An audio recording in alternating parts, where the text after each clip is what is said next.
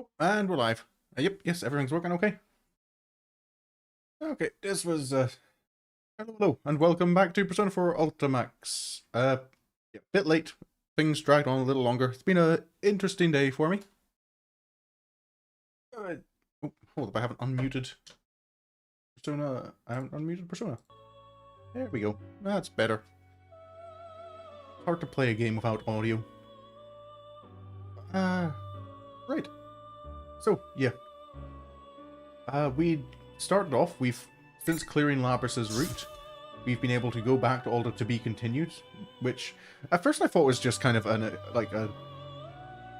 just a creative choice to kind of like have to be continued, and it's continued in a different chapter. But no, all the to be continueds we found are to be continued. So we're getting to go through and continue them now. So we cleared Narukami's, Hanamura's, and Sadanaka's last time. So now we're going to start with Yukiko's, and I'm hoping to at the very least get Kanji and Teddie's cleared. Possibly moving on to Naoto, depending on how long these take us. But let's get into it. Continue from the cliffhanger. Anti-Shadow? Labrys? Okay, I'm trying to remember what happened in Yukiko's. From the looks of it and what Yukiko was saying, I feel I remember one of them where Labrys kind of like activated a defense. Yeah, Labrys is like instinct activated and kind of she detected that her shadow was a shadow and is... That was what Miss President said. The President is now completely different. Where she had arms and legs before is now metal. Her form is now exactly the same as the shadow, including all the mechanical parts. All systems are clear. Commencing elimination. Miss President then swings a giant axe with ease and begins fighting against the shadow. Okay, so this is starting off immediately different to the other ones we've seen. Amazing. That's the only word that comes to mind. He transformed from cowering girl into a robot trading blows with the shadow in an instant. And she doesn't even have a persona. I can't believe this. You completely shut off your ego. Oh. So you don't care if you live or die, as long as you don't have to face up to what you really are? How ignorant are you? Okay, so this is a case where Labrys is just completely shutting out her conscious self. Oh. Running away. The shadow growls and destroys the announcement room door, making her escape. Miss President follows suit. Miss President! Oh. So this time it's the real Labrys chasing the shadow. He doesn't acknowledge my voice in the slightest. I'm dumbfounded in the room, trying to make sense of what I just saw. Miss President isn't human? But that can't be. Oh, I guess we're off to find out. I came too late. Oh, never mind. She's an older generation model, yet she's this powerful? Hello, Mitsuru. The one that appeared from the broken door was... Wait, what? How do I put this in words? It was a woman wearing a white fur coat, but with some kind of skin-tight bodysuit. Like a secret agent from one of those action movies guys like so much. Given her taste in clothes, I have no idea what kind of person she is at all. After she looks us all over, she gracefully raises her hand in the air. Artemisia. And then... Oh. Persona? She summoned a persona? I tense up on instinct, but while I'm still in shock, the wounds on Yukon's body heal instantaneously. Okay, so it's not just like a support, it's actually like got healing. I suppose a fair few personas have at least like the basic healing skills. She's not an enemy? Wait, you can use a persona? Actually, I didn't sense you at all. Who are you? Well, since you've all become unavoidably involved with this, I'll at least tell you who I am. My name is Mitsuru Kirijo. In a way, I'm the one responsible for this commotion. A persona user besides us? Wait, I feel I've heard the name Kirijo before. What do you mean you're responsible for this? Do you also know the reasons behind what happened a moment ago? I'm sorry, but there's only so much I'm at liberty to tell you. Yep. Though it's only natural for you to have your doubts, I'll try and answer to the best of my ability. Mitsuru-san sighs before telling us about the sequence of events leading up to now. Even though it was simplified, what she told us came as a huge shock. She told us the shadows not only appear in the TV world, but there are cases where they appear in the real world as well. On top of that, there's a never-ending battle, and Mitsuru-san is leading an organization created to fight those battles. And one of the weapons created for this was Labris. That would be Miss President, who was with us until a moment ago. Wait, I had a feeling that I heard the name Kirijo before. The Kirijo Group? It's not just a stock brokerage, it's a huge corporation that manufactures a lot of things. If her last name is Kirijo, then that means this giant corporation is... and she's... Oh, my mind is spinning from all the implications of this. I need to slow down for a moment. After I stop for a second and consider everything again, one thing stands out to me the most. I can't believe this. A machine made with a heart so it could use a persona. That is one thing to focus on. Well, we did just see it in action. I understand that it's hard to believe, but I'm not lying to you. It's the truth. Of course, I didn't expect a shadow to emerge from her like that. Well, if you can have a persona, you can have a shadow. Mitsuru-san continues on after looking us straight in the eye. You should leave the rest of this to us. Hey, It's Mooney, all right if you how are back you out doing? now. Late stream tonight. Her words have an air of authority to them. She seems very strong-willed. This is a person who's well aware of the gravity of the situation. She's right, though. Ordinary high school students like us probably shouldn't be involved in a case like this. Even though she healed Yukon, I can't help but worry about him. I'm concerned about the friends I left behind as well. I understand what you're saying, Still... Oh, but I can't leave Miss President like this. What? Why not? From what you told us, it seems like she was created only to fight. But I can't claim that this has nothing to do with me. The way she talked was just like a normal girl. Miss President was suffering. Even if she was a robot created only for fighting, I can't leave her be after seeing her so emotional. She's not just a robot anymore. And I promised her that once we got to the bottom of this, we'd go out and have fun together. I can't break that promise. If she has a heart, that's all the more reason I can't turn my back on her. That's right. Doesn't matter if she's a machine. He and I were able to relate to each other. And she protected us. If she's suffering right now, then I want to be by her side and support her. To Mitsuru-san, this may seem like nothing more than an emotion-fueled plea coming from an unrelated high school student, but I still don't want to back down. I'd like to make a request too. Oh, hello you. Will you take Yukiko with you? Oh, Yukon? Don't worry about us. You need to save Labris right now. That's right, protagonist isn't Yukiko-senpai. trusting us. You gotta do your best in our place. Yukon, Arise-chan, thank you. Mitsuru-san looks at us, waiting tensely, and furrows her brow, and then speaks up. If you're still concerned about Labris despite knowing the dangers involved, then I won't stop you. Thank you. But we can't waste any more time. Let's go. Oh, off we go. I imagine, though, that, the tournament is going to be still in effect, and we're going to end up having to fight Mitsuru. Mitsuru-san takes the lead and exits the announcement room. I sprint after her. Yukon and Rise-chan cheer me on. I feel their support boosting my spirits. This is the course I've decided upon for myself.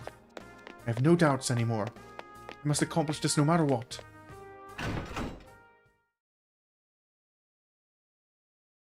Well, nothing like having I'll face myself playing in the background. Follow Mitsuru-san and chase after Labris. Those invisible walls are still in the way. Trying to chase someone down while being blocked at every turn is really annoying. Oh, yep. We've arrived in a room. We're eventually led to one of the empty classrooms, and Mitsuru-san's face turns gloomy. Another one of those invisible walls. He reaches towards the other exit to test it out and knocks on thin air. Does that mean... I reach out to the door we just passed through. Another invisible wall. We can see outside, but we can't leave. Oh no, does this mean... Ugh, the tournament rules are still in effect, Yep. it seems. She plans to make us fight each other. I should have seen this coming. Oh. Mitsuru-san draws the thin sword at her waist, as if resigned to the task before us. Don't tell me... Do I have to fight against Mitsuru-san now? Even with her sword pointed at me, I can't bring myself to take a defensive stance. Seeing me like that, Mitsuru-san furrows her brow. He's turned completely cold, unlike a moment If ago. she's trying to buy time, that means the situation can still get worse. She's got a We point. don't have much time. Let's settle this. Mitsuru-san! Is that as far as you're willing to go? Oh. Wasn't there something you wanted to protect? What I want to protect. That's right. I made the decision to come with her because I wanted to save Miss President. No, Labras. But to fight against someone I just met for no reason? Mitsuru-san must have sensed my lack of determination, because her expression becomes even more stern. Let me clear up any misunderstanding you may harbor. All responsibilities regarding Labras devolve to me. I respect her feelings, but I can't allow people's lives to be put at risk. Oh. If all else fails, destroying her is also an option. Destroying her? If your desire to protect her is real, you can prove it by beating me. But if you won't fight, then keep trembling where you are, and I'll settle this very quickly indeed. Wouldn't that be the ideal situation, though, to resolve this as quickly as possible? It's not saying this as a threat. One look at her face tells me she's serious. If it comes down to it, this person really has the resolve to destroy Labras. Then, I need to make up my mind too. I must resolve to fight, to protect her. I'll fight. Whatever I think. If only one of us can move on, it should be whoever's stronger. No. Now that's what I was hoping to hear. Of course, whether or not you can best me is I another have not matter. turned my phone off. I don't even know where my phone is. Not close enough to be a problem. I sense a strong power from Mitsuru-san's persona. I don't want to lose. I'm fighting for Labras. I mean, element-wise, Yukiko seems like she should have an advantage here, given that it's fire versus ice. Not that I think elemental weaknesses come into effect in this particular Persona game.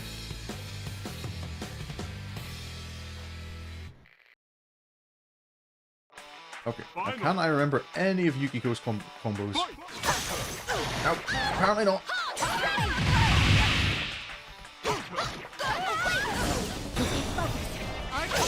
Yep. On guard!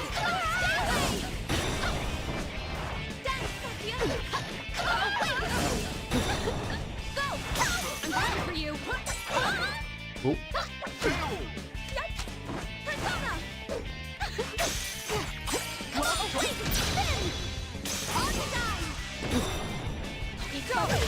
I'm coming for you! There we go. Kneel before me! Ah, that hurts. Go! The time has come. Darn, missed. No! There we go. Fire, you're right. Indeed. Fire is ever the enemy of ice. Well done. You have proven your resolve. Upon saying so, Mitsuru-san smiles. It seems that the sternness she had before the fight wasn't genuine. Now, go after her. I'm confident that you can salvage her heart. I don't like the use of the term salvage. Even though she had spoken about destroying her like an object before the fight, she just said her heart. Could it be? Did you let me win on purpose? I object to the question. I don't indulge people in critical situations like this. Yeah, I don't think Mitsuru-san would not take the fight seriously. Yeah, she's right. The stern words Mitsuru-san said before we fought may have actually been an attempt at kindness on her part. Me going forward instead of her means that if worst comes to worst, I will have to make that painful decision myself. If you think of it like that, losing on purpose wouldn't be kind at all. I chide myself for having such soft thoughts. Saving someone's life isn't something that you can do half-heartedly. It was the same with last year's case too.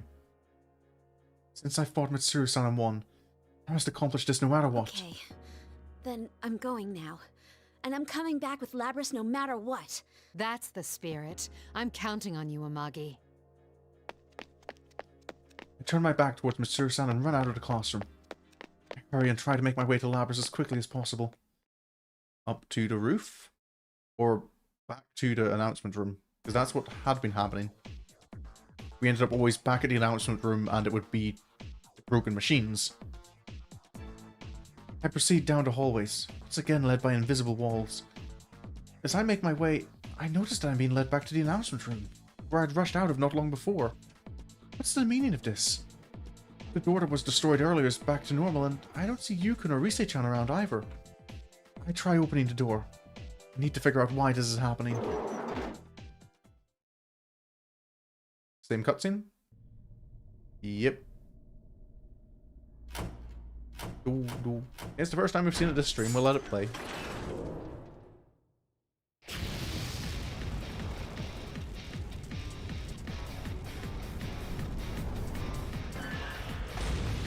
Yeah, all the dolls. All the androids.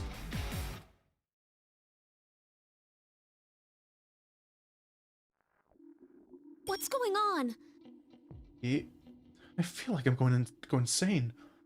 When I opened the door, the scene beyond the window was completely changed. Yeah, I do. Well, I think I think it was in Kanji or Teddie's route where the room was already like this when we arrived. There are tons of grotesque things that are shaped like people. This seems entirely different from the announcement room I was in earlier. Labrys and her shadow are fighting within this sinister red world and trying to destroy each other. Labrys, please wake up! There's no light in Labrys' eyes. She's expressionless, like she really is a machine. She looks entirely different from when she had called herself Student Council President. If Labrys shuts off... Actually, no, would that make the shadow more powerful or less powerful if Labrys shuts off her ego? Because shadows are kind of manifestations of your heart. If you shut off your heart, you might think they disappear, but at the same time, shadows are specifically manifestations of suppressed thoughts, so would it make it more powerful instead? No, that's not it. You don't have to fight like that! Don't act like you're a machine! Labrys, who notices my voice, takes distance from her shadow and turns to me. Her expression is still robotic. Analyzing voice print. Identity confirmed as Yukiko Amagi. Yukiko Amagi. We made a promise to each other! You just have to be yourself! Yukiko-san? Oh. Labrys' eyes look different now.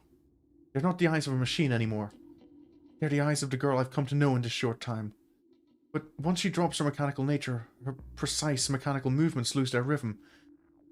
The shadow who had been watching us distorts her lips into a smirk and seizes upon this opening. Oh, really? After she lied to you and used you all this time? That's not... First, you deceived her by acting human.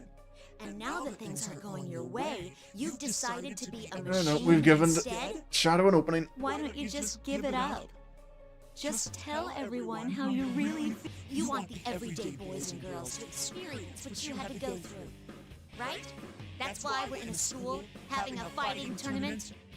You want to see close friends fight for their lives against each other. Because if they do that, then they might understand. You want to make them understand. No! That wasn't my wish at all! This feels very similar to the conversation we had in Chie's route. The shadow glares at me with as much hate as she could muster. Labrys looks towards me as well, and her face scrunches up into a ball of sadness. I want my pain to be understood. The shadow made us friends fight against each other in this TV world because Labrys wished for it to happen? Does that mean Labrys was forced to fight against those who are close to her too? Just because he's a weapon? I don't think I can ever truly say I understand how she feels. But It's alright. I don't know what happened to you in the past. so I think my avatar is doing the weird thing again. I will just give me a brief moment to see if I can't. Oh, there we go. Is that any better? Oh, or am I squinting more than usual again? But whatever it was, it doesn't define you. I understand that much at least. Understand? What could you possibly understand? All you've got is some cheap, self-righteous pity. That's not true. Oh. It's not cheap. I know. I've seen Labrys' kind expressions. They're no different from an ordinary girl. Please stop! I've had enough! My words still don't reach her. The shadow ridicules Lapras, who is still trembling in place. Yeah? Then let me take over from here. I'll destroy everyone who pretends to understand, just like you did before. Stop! Oh. Upon hearing Labras's voice, the shadow's face contorts into glee. That's when I finally figured out. Oh, that's not right. I didn't figure it out. I remembered. I should have realized it much sooner. The shadow's true objective. No! That's... You're not me! Yep. Yes, that's right. I'm myself. I'm not you anymore. Okay, and here comes Asterius.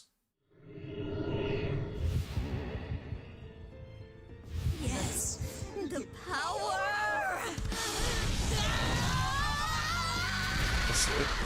Hello there, random boy.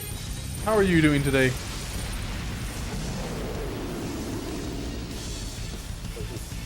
Hello. There's the big boy himself.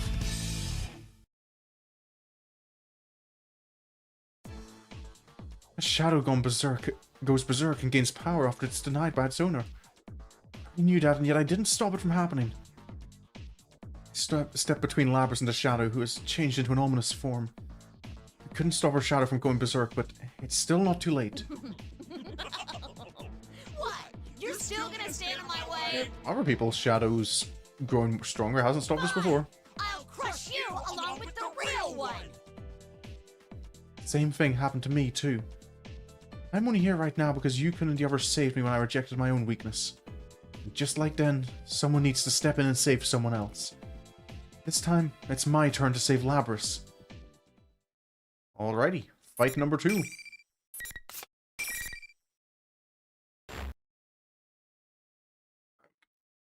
This stage gotten... well, it's been a week, but I've fought Shadow Lapras a good 3 times already. Finally. Fight! First strike.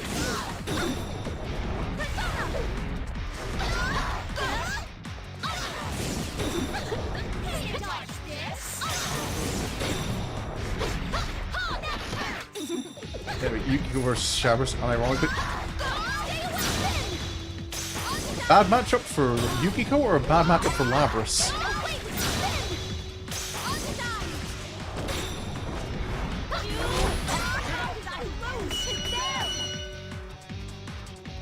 Is that nearly terrible for Yukiko?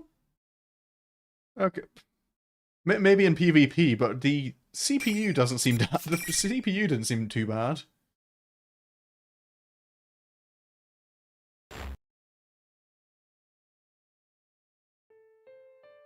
Lapras' shadow collapses and stops moving. Oh, CPU doesn't know how to block. Oh, Asterius can block for you? Thank goodness. It seems I managed to win. All that's left is for Lapras to accept her shadow, and it should put an end to everything. Yeah, Lapras getting beat up by every friend and character in the Alpha time. Yeah, that seems to be the direction it's going, is just more Lapras getting beaten up. I'm interested to see if Kanji's route does anything differently, because Kanji fought Shadow Lapras in, like, the bad ending to his own route. Like, already before the cliffhanger. But the weight of the past Lapras' heartbreak isn't a normal thing. When anyone goes through tough times, they wish that normal people would experience their pain. The wish that normal people would experience their pain arises in everyone's mind at one point or another. But the pain from her past comes from her being forced to kill her friends. It's incomparable to the problems I needed to face last year. If I were forced to take Chie's life with my own hands, I think I would go insane. I wonder if she'll be okay. Lapras. I call to Lapras while my heart is pounding. Lapras answers in a teary voice. I have to support her. There's no way I can understand everything she's gone through, but that's precisely why she needs my support. Why? Why did you save me? You already know I'm a machine. I'm a machine that's supposed to protect people. But because what they did to me was so painful, I took it out on other people too. So why are you? Just because you were designed to help people doesn't mean that those people you're supposed to help can abuse you. It's okay. You must have suffered so much. I'm sorry. You went through so much pain to protect us. But it's all right now. I won't let those things happen to you anymore. Lapras looks up in response to my words. When I think about when Lapras protected us from her shadow, how she closed off her heart and reverted to the mechanical self that she never wanted to show anyone, my heart aches. I never want her to have to go through that again. Lapras has already lived through so many painful experiences. Because of that, I could never truly say that I understand her feelings. But I'm sure that I can at least protect her so that she won't have to go through this pain anymore. It doesn't matter if you're human or not. I'm your friend. We made a promise, remember? You want to be friends? Mm-hmm. Be friends? We're friends already. That's why, if you're going through tough times, I'll always be there to help you through and protect you. Lapras seems genuinely surprised. She probably doesn't realize it, but she doesn't look anything like a machine when she makes faces like that. I can tell that you truly have a heart. I faced my own shadow too. I wanted to blame everything on someone else because I felt so powerless. I was waiting for someone to do my work for me. I wanted to escape from my life, so I dreamed that a prince would take me away. But my friends helped me realize that was just me trying to run from my problems. I never count my own experiences for Lapras. It's the same as what Lapras went through a moment ago. She had feelings, experiences that she didn't ever want other people to know about. The truth was too painful to accept, so she rejected it. Lapras has a heart, just like I do. The reason I could accept my weakness and fight this to the very end is because I had my friends helping me. I had friends who worried about me, who stood beside me. I wasn't alone. I smiled, Lapras, just as Yukon did for me back then. And that gave me unimaginable strength. You're not alone anymore either. I'm sure you'll be able to find a place where you belong too. Admitting your own weaknesses is scary. No one wants to see their weakness, but I know that it's possible if you don't have to face it alone. When Lapras hears my words, the light returns to her eyes. I can sense a strong will from her. That light must be from her heart. I'm so glad that my words got through to her. Excuse me. Lapras nods reassuringly, and then begins walking towards her shadow. Takes the steps towards her own weakness. Nope. And we're getting the awakening cutscene again.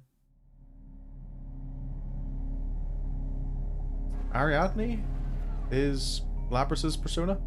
I'm sorry I ignored you all this time. I was the one who left you all alone.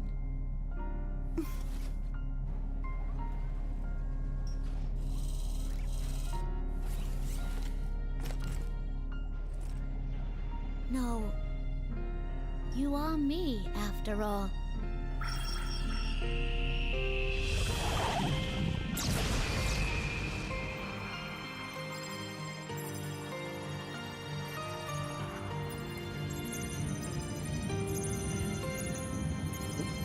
No more Asterius.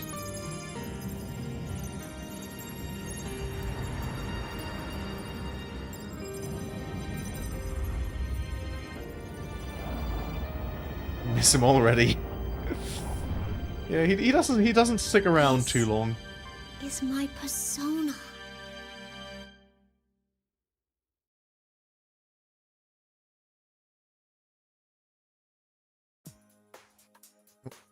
Before long, Rise-chan contacts us. She must have sensed the shadow's disappearance, and we managed to join up with each other. The invisible walls and the tournament's rules both seem to have stopped when Lapras accepted her own shadow. As Rise-chan uses her persona to contact everyone and tell them that everything's been solved, some of us are surprised to discover that Kanji-kun is here, as well as Naruto-kun, who wasn't even supposed to be in Inaba today. Rise-chan tells everyone to meet up on the rooftop. From what she says, the studio-like space connected to Junes seems to have been restored there. The four of us immediately begin to head towards the entrance, but Lapras stops. When I ask what's wrong, she responds anxiously. Oh, what's up? Hey, can I really come with you? Seems like I'd just be a nuisance. Huh? What do you mean, a nuisance? Oh. Well, you know, I'm a machine. there'd be all sorts of problems. Give There examples. what? What does she mean by problems? Compared to Teddie, I can't think of any possible issues Lapras would Are cause. you saying it wouldn't bother you and your friends? Wow. I mean, I You get sure like are Yukiko cool has a about all point. of Yukiko this. has a point about Teddie. Jeez, Labras, you sound more human than a lot of people out there. If I were you, I'd brag about it. You don't think it's cool being a robot and a Persona user? It's unique, that's for sure. In any case, there's no way you'd be a nuisance. Yukon and Rise-chan both laugh out loud. I can't help but giggle along with them. Considering our circumstances, there's nothing all that weird about Lapras. He's now a good friend of ours. No different from anyone else here. Hey, there they are. Welcome Hello, back. Yosuke. Yukiko! You really outdid yourself this time! Why are you looking grumpy when you say that, Chie? When we reach the entrance area, Yosuke-kun and Chie call out to me. They've been worried about me ever since I fought against them. Teddie notices that Lapras is with me and immediately dashes over with glee. Are you okay, Miss President? I was so worried about you. Huh? Those hands and legs, are they accessories? You're so meta-luring. Really, I can Teddie? scarcely believe my eyes. The Kirijo group's humanoid weapons actually exist. Oh, Naruto? Naruto-kun seems to know a bit about her already, but yeah, considering that everyone is here, I think now is a good opportunity to introduce her. I tell everyone everything that happened with Lapras, with some help from Yukon's supplemental comments. After I finish talking, silence washes over the rooftop. Lapras has fallen silent too and looks nervous. Kanji-kun is the first to speak. I don't really get what's going on, but everything worked out, yeah? So I'm glad everyone's all right. What's with the jumping to conclusions? You're one of the things that got us into this mess, you know. Wait, how did Kanji get us into the mess? That was anyone could have done that. Actually, are you feeling okay?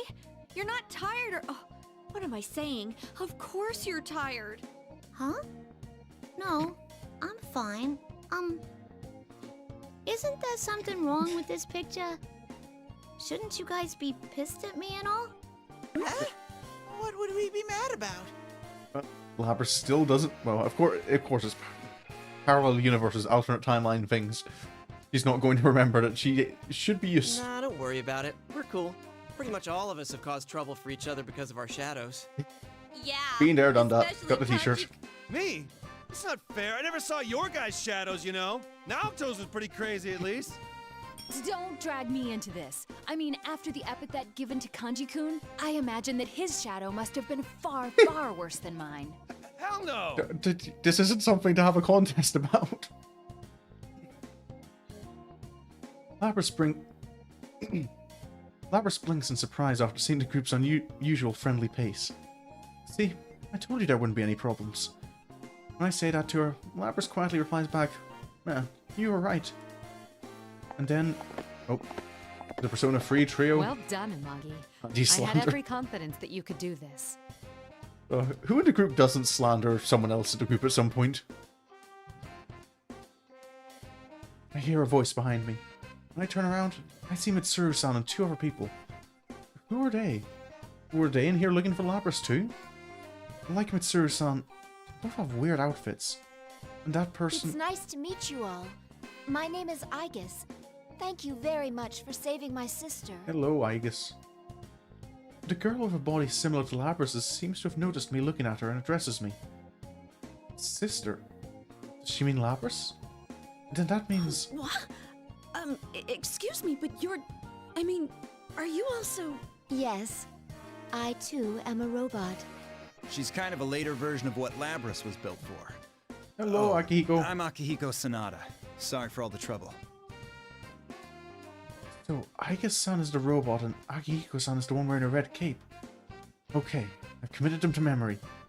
Then again, I guess it would be harder to forget them. In contrast to those two, Lapras takes a step back. Her expression is tense. Is she nervous? Of course she is. They came in here looking for her after all. Yeah, I didn't introduce everyone to Mitsuru-san and her friends. While I'm still flustered, Yukon and Rise-chan officially introduced them to everyone else. And afterwards, Mitsuru-san explains the circumstances of how they ended up here to us. more like to Labrys, though. How this case began by Labrys being dropped into a TV, and how they all pursued her into this world. As Mitsuru-san explains their intentions, Labrys seems to get even more nervous.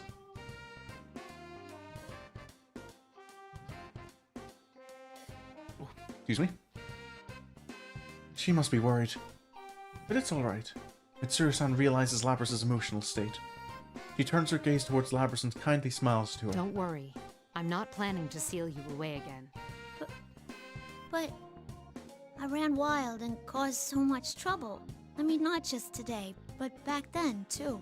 Oh, this is the first time I think Labrys has brought up the previous incident. You've awakened to your persona and gained control over it. Like, at least in this little epilogue You're bit. hardly a rogue test unit anymore. Besides, you have a heart. We would never treat anyone with a heart so poorly. Mitsuru-san really is as kind as I thought. Her emotions seem to have reached Labrys as well, and she's about to smile towards Mitsuru-san. Oh. Already? Her expression goes blank and she suddenly stops moving. What's going on? Huh? Labrys' recognition signal has been interrupted. Someone is hacking into her. Recognition signal? Hacking? What does she mean? Just as I'm about to reach towards Labrys... It's not over yet. Hello, antagonist. A completely different person's voice came out of Labrys' mouth. Upon hearing that, Mitsuru-san notices something I don't and mutters in surprise. Is this the same communication system we use? What are you standing around for? Everyone, get away from Labrys!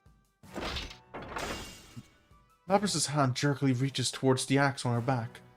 After a moment's pause, she swings at us all without any hesitation. Oh. Labrys! What's going on? I cannot gain access. She's being controlled. It isn't coming from inside this facility.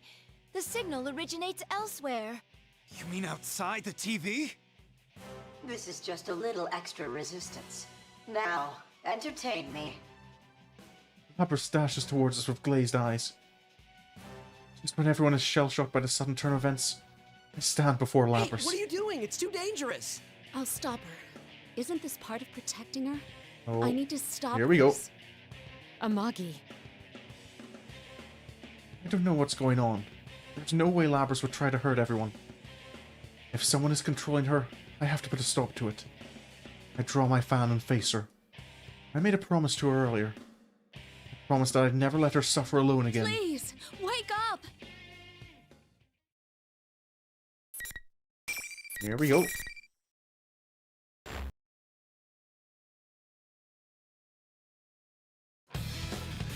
This one, I feel like I struggled much more with the Ariadne Labrys than Shadow Labrys. Finally.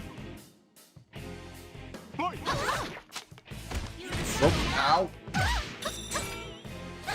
Away with you! Stay away! Away with you!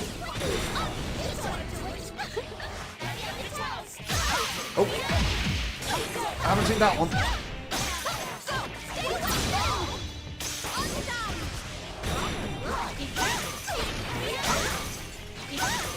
Oh, I got a persona break.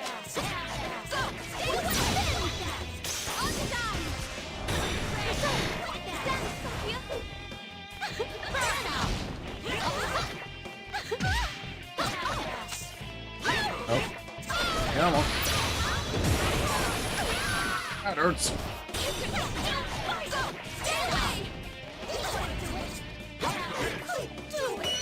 There we go. I just noticed on one of the TVs in the background, I think the opening to Persona 4 is playing. I did? Yeah, I did save. There we go. My, she was quite easily defeated. Evidently, I didn't push her far enough. Well, she is a test unit, so this is as far as my little game goes. Oh. A disgustingly carefree voice emerges from Labrys, who has ceased moving.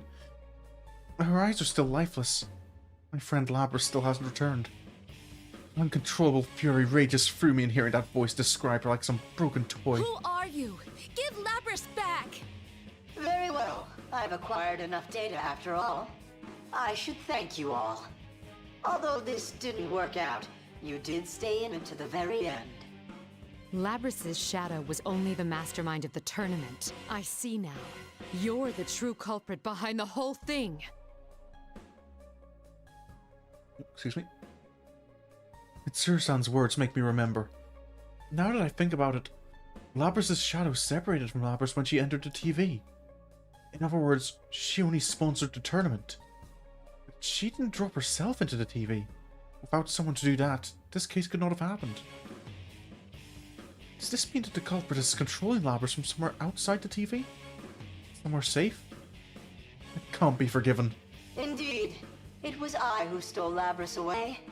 Since I don't have a persona and can't enter a TV, I needed a puppet that could run amok for me. Labrys's persona was only partially awakened, so I had a feeling her shadow would appear if she underwent a little suffering. You got the better of me this time. You deserve to know at least that much. This time? Are you still planning Of something? course he is. He's a bad guy. The culprit mocks us. Take this anymore. I thought that I was finally able to save her. I thought that everything would be alright now. That's enough! You're the worst! Labrys has a heart! How can you do this to her knowing that? A heart, Meaningless. Whether or not she has one matters not at all to my plan. What? That's it! Voice continues mocking us and ignores my words. Well then, everyone, until we meet again.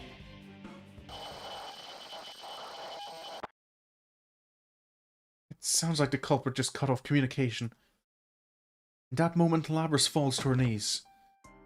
I rush over to support her, but she's gone completely limp. Her metal body is very heavy. Everyone here goes silent and a heavy atmosphere fills the area. Mitsuru-san looks gloomy, but she speaks up with determination in her It voice. seems whoever our adversary is, they're connected to us. I advise you not to get involved in this matter any further. From here on, you should leave this to us. Wait a second. We can't just leave things like this. I understand how you feel, but this is too dangerous for you. Excuse me. We will do our best to ensure that no harm comes to you. Trust in us and let us work. I'm yawning a lot tonight. This is different from the way she was acting towards me earlier. This time, Mitsuru-san isn't testing me, but completely rejecting our involvement outright. I think that what she's saying is probably the correct course of action. There must be something big going on behind this, and if that's the case, high school students are probably going to be less equipped to handle it than a well-funded organization like Mitsuru-san's. Still, I can't just back down. Guys, let's leave this to them. Oh. Huh? Are you serious? Yep. Yukon must realize Mitsuru-san's resolution too. This must be something we have to come to an understanding about. My mind understands that, but my heart still... Yukiko, it's best for now if we go home. Yukon puts his hand on my shoulder. Did I hear him say, "for now," under his breath? When I look up in reaction to Yukon's words, I see a strong fire in his eyes. I see. I nod in acknowledgement. Oh, okay, so he's not giving a hint to Yosuke this time, but to Yukiko. After we got out of the TV, we disbanded on the spot without much conversation. Mitsuru-san and her friends were a bit flustered to pop out at Junes in the midst of a bunch of shock. Okay, why was this point never brought up in any of the previous routes? That, you know, Mitsuru, Aigus, and Akihiko just all pop out of, like, in the middle of a shopping mall. But not a shopping mall, like a big supermarket complex. That goes for all of us, really. With this many people looking out of the ordinary, we did cause a bit of a stir.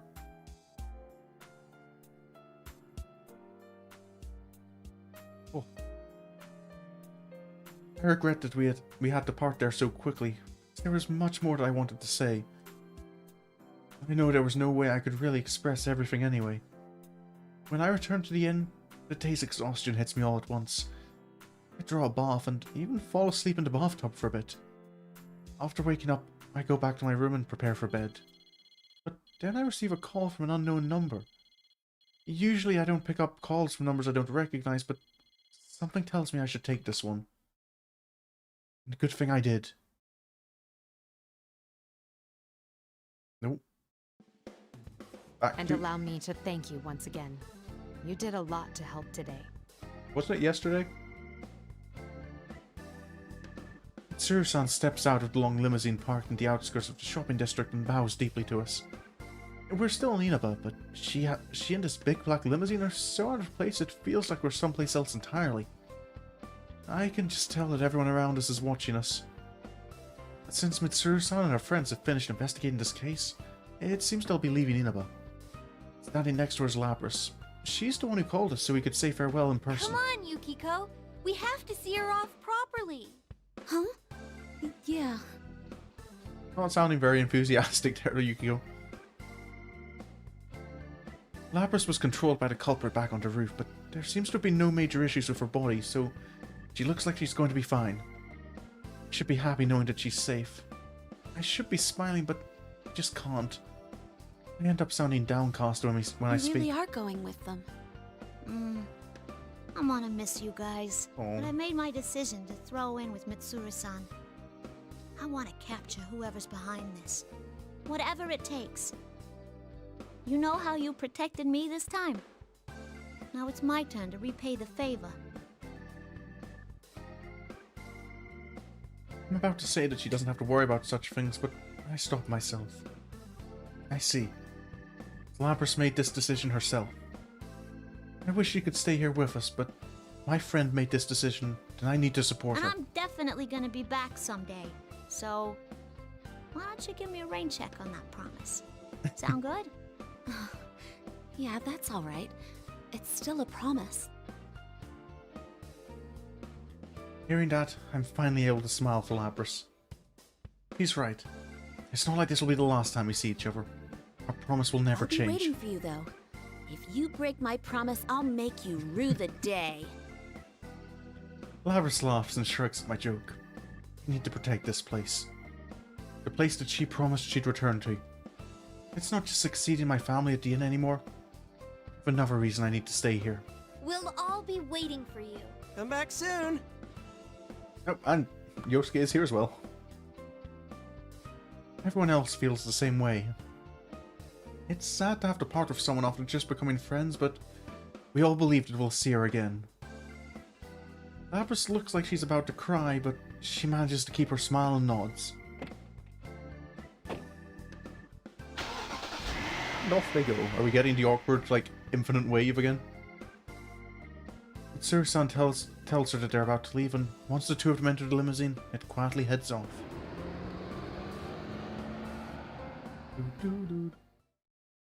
Lapras pokes her head out the window and waves back at us. She keeps waving until we can't see the car anymore.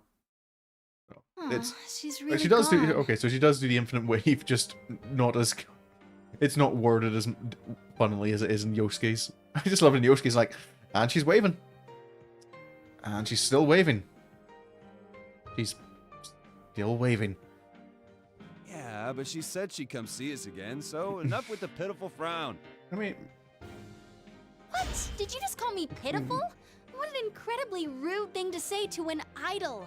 Just so you know, I've done a lot of ads for companies under the Kirijo umbrella.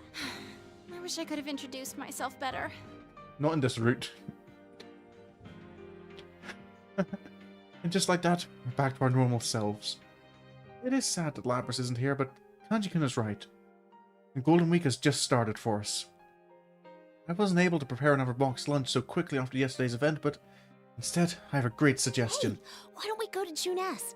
We haven't had our welcome back party for Yukon yet. Remembering Yukiko's bad Great ending. idea, Yuki-chan. I was just thinking the same thing. You're right. It's been a while too, so let's all go there and catch up. Yosuke and Yukon glance at each other upon hearing my suggestion. Could he be scheming All right, something? sounds like a plan. We have a few things to talk to them about too, right, partner? Nope, never mind. It is still let's between go, you and everyone. Yosuke. Those looks. It's like some kind of secret friend wink, isn't it? They're definitely up to something. I'm not exactly sure what's going on between them, but I do have an idea. I'm guessing it's probably something we'll all get together for, right? We still have a lot of Golden Week left after all. I'm in the TV department this time. After the welcome back party for Yukon, Chie and I are in the miscellaneous goods section looking at trinkets. Teddie and Yosuke have gone back to work, while Rise-chan takes Naruto-kun shopping. Yukon and Kanji-kun are together in the grocery area. Everyone is just doing their own thing. Boy, was I surprised when Yukon brought that up. I didn't tell her we wouldn't get involved, was it? Can you believe him? No kidding. I wonder what Matsuri-san would say if she heard that. What Yukon and Yosuke-kun brought up during the welcome back party was the reformation, or more like the reformation of the investigation team. It was decided that we'd all pursue this case by ourselves. There were no objections, of course. Everyone seemed to have been waiting for Yukon's words, and all spoke up at once.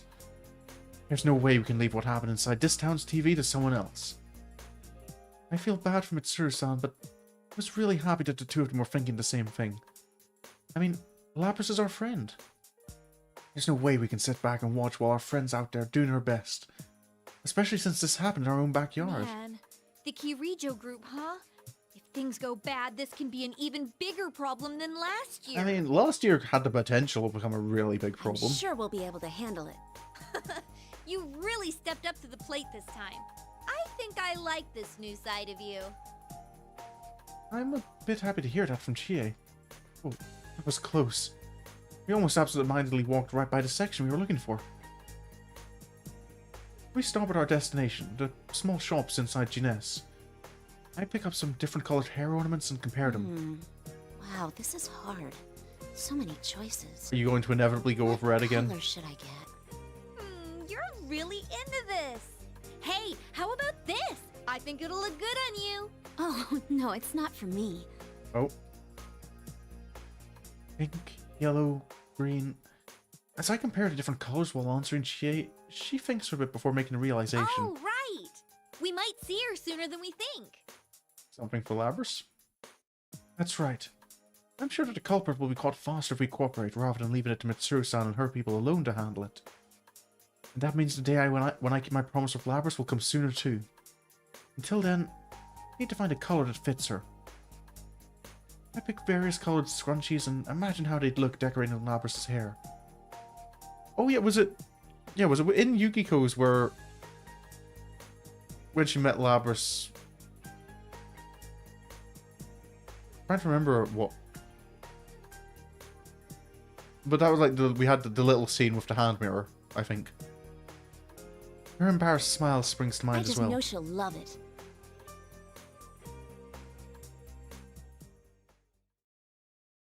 Nope, is that the end? Another route clear? Okay, so I'm guessing it just alternates between yellow and red on the clear. There's no real meaning behind it? Anyway, Kanji! Back to the main man himself. I was getting nervous because you were running wild, thinking this was all a beautiful dream. I had forgotten for a moment that Kanji and Teddie haven't fought their shadows yet, but I think their shadows kind of both showed up at the very end. Good thing I found you. I have missed you so much, you know? Yeah, I didn't miss you. That sissy way of talking. I never forget it. This guy's definitely my shadow. I was expecting this to happen, but being face to face with him again is pretty tough anyway. He's my weakness. Stuff I want to ignore. Gotta keep swaying his damn hips at me while I glare at him. Oh, what a big meanie you are. Weren't you looking for me? Yeah, to punch your stupid face in. Oh dear. It looks like you still don't understand. Understand what? Why, you haven't changed one bit. That's why I've come out. What is he saying? I haven't changed at all. Don't you realize that after what everyone said to you, people haven't forgotten about my side of you at all? Kanji, keep it together! You can't let him trick you! Shut up, you goddamn furball! No different than me. It's... I'm not sure. It's one of those things... The main thing is Kanji acts... Oh. It's hard to say. I don't think it's ever... As far as... At least in Persona 4 Golden, it's never confirmed one way or another. Kanji denies it, like, very much. Which, as other characters point out, is, you know, he denies it to a suspicious degree. Bastard suddenly throws the folding chairs holding right at Teddie. He squeaks by with a dodge, but he ends up falling over himself and rolling down the floor. Hey, you know, I swear my shadow looks different now than he did last year. Yeah, but that ain't important now. What matters is, this is the guy behind everything. I mean, the only way the sprite seems different is a big No, I think you'd understand more once you get round to playing Persona 4, Mooney. It's hard to kind of like briefly summarize the struggles they have and what their shadow's issues are, because it's kind of developed over the course of the game. My weakness created this place. You're the reason my senpai were acting so weird. Oh, I don't know about that. They could have honestly been speaking their minds, you know. No way in hell they'd... That's what you want to believe. Once again, you're lying to yourself. Yeah, I think so. It is one of those games. Like, I can kind of... I'm curious, it might, and this might be the game where it does come out, whether or not, you know, he is in the closet. Or it might just, you know, it might demonstrate otherwise, or it might leave it vague again. Thinking to myself, it's like back then, huh? You like to sew? What a queer. Painting is so not you. But you're a guy. You don't act like a guy. Every time I heard that stuff, I tried harder not to be myself. Those are some bad days for me. Enough of that. I don't want to lie to myself anymore. I want to be who I am. Carol looks at me and rages at me selfishly. Screw this. I ain't listened to any more of this. I take a deep breath in and then push it out. Ball up my fist and pull my arm way back. Are you going to hit me? Are you going to deny me again? That's right. People don't let go of their weaknesses. They can never really accept us. Yeah, that's the main thing, I think. Is he's like was very into sewing and cute stuff. But he's also very interested in being manly and masculine. But kind of anytime anyone looked at him, they're kind of like, "Oh, you can't be masculine and have these cute hobbies." Which kind of ended up with him being ostracized and him leaning more and more into just being a delinquent and trying to hide those parts of himself.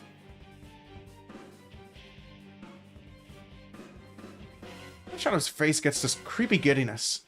Too bad. I ain't aiming for him. I bring back my fist as hard as I can on my right cheek. Oh. Have you lost your mind? How could you hit yourself? Man, that hurt. Of course it would. It was my fist, after all. And thanks to that pain, I've snapped out of it. I want to run away from my own weakness. Just ignore that nastiness inside me. One punch just now knocked all those dumbass feelings out of me. Sure, I'm seeing stars now, but it's no big deal.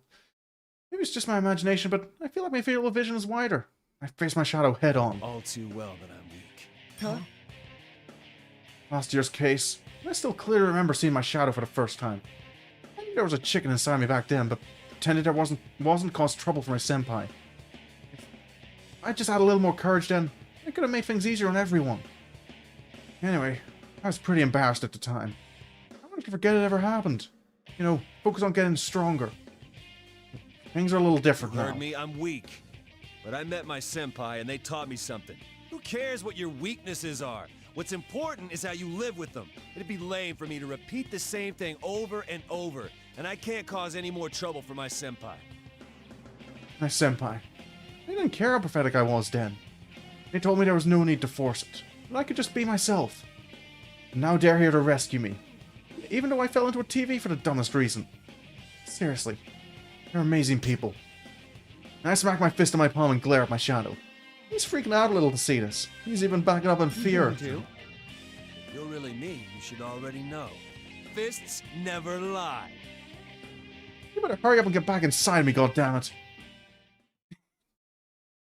Knowing your shadow, Kanji, maybe that's not a way you should word that.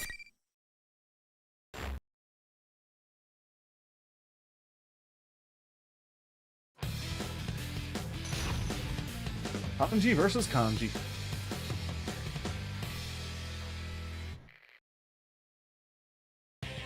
Final.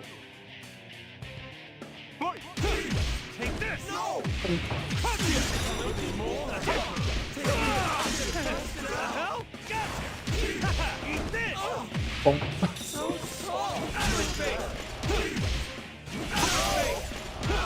Take this!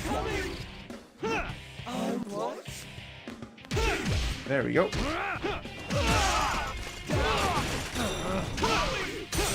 I just noticed the timer doesn't move in these matches. Bonk.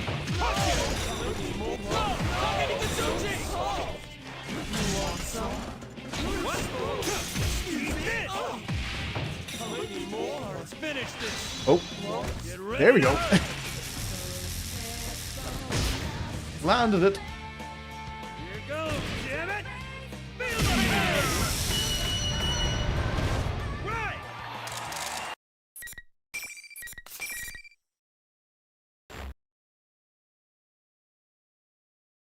Case closed. Now that my shadow's defeated, this dumb Grand Prix should end too.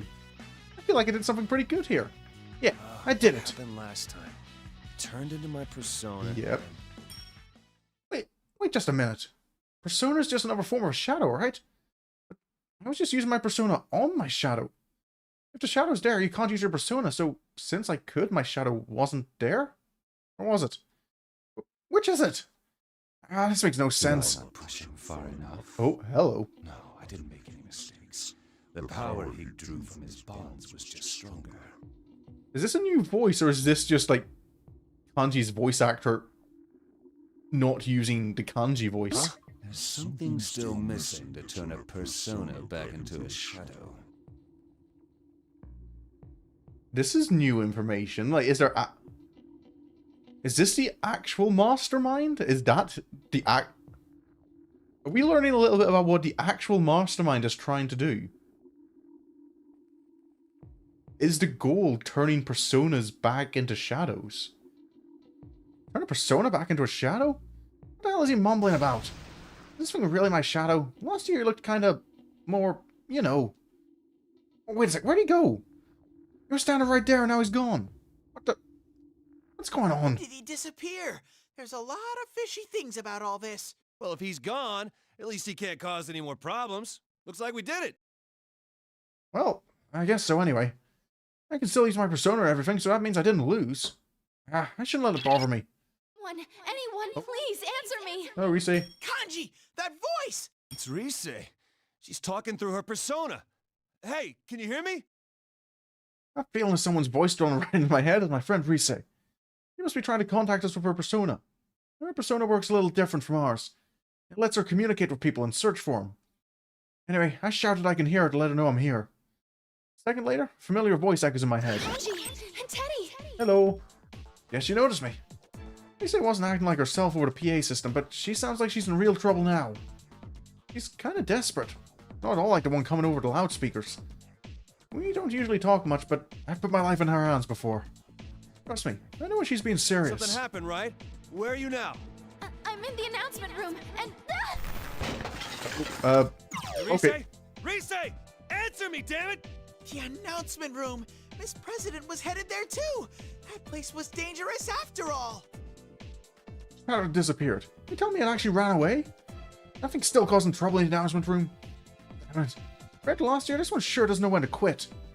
That's what's going on. I can't waste time here. Kanji, wait for me! Don't leave me behind! Oh, you're getting abandoned, Teddie.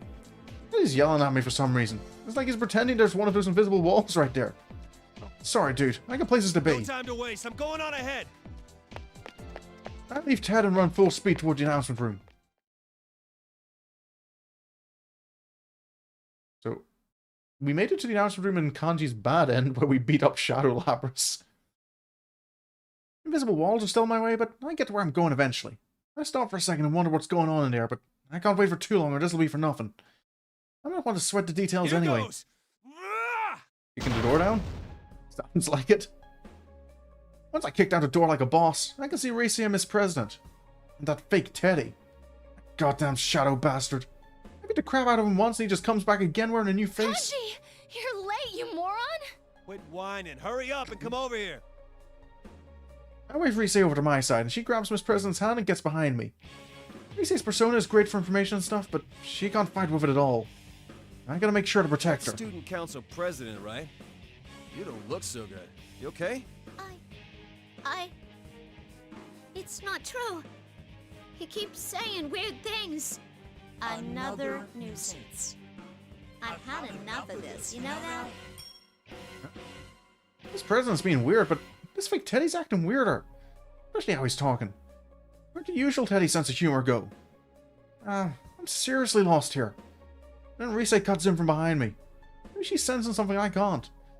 She's better than anyone when it comes to this stuff. That fake Teddie is her shadow, and it's going berserk! Huh? Her shadow?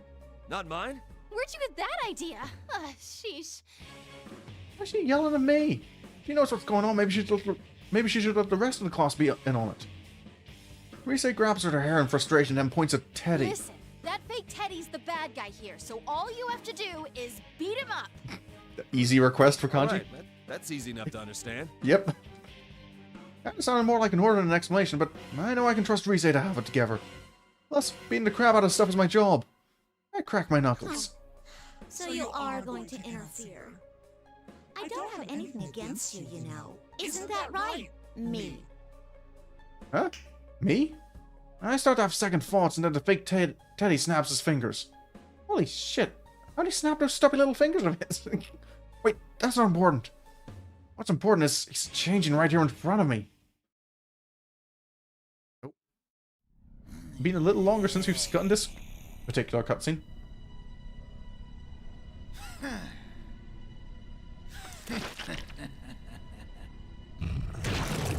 The reveal of Shadow Labrys.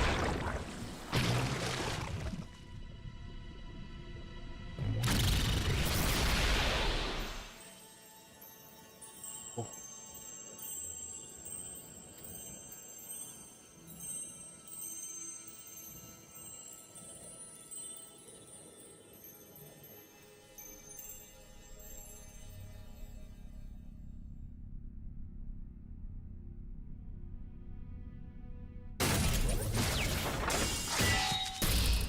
Here we go.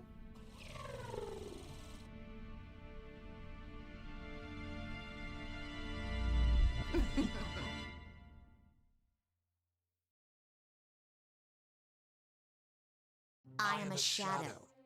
The true self. Man, you look like you're ready for battle. I understand what Rise was talking about.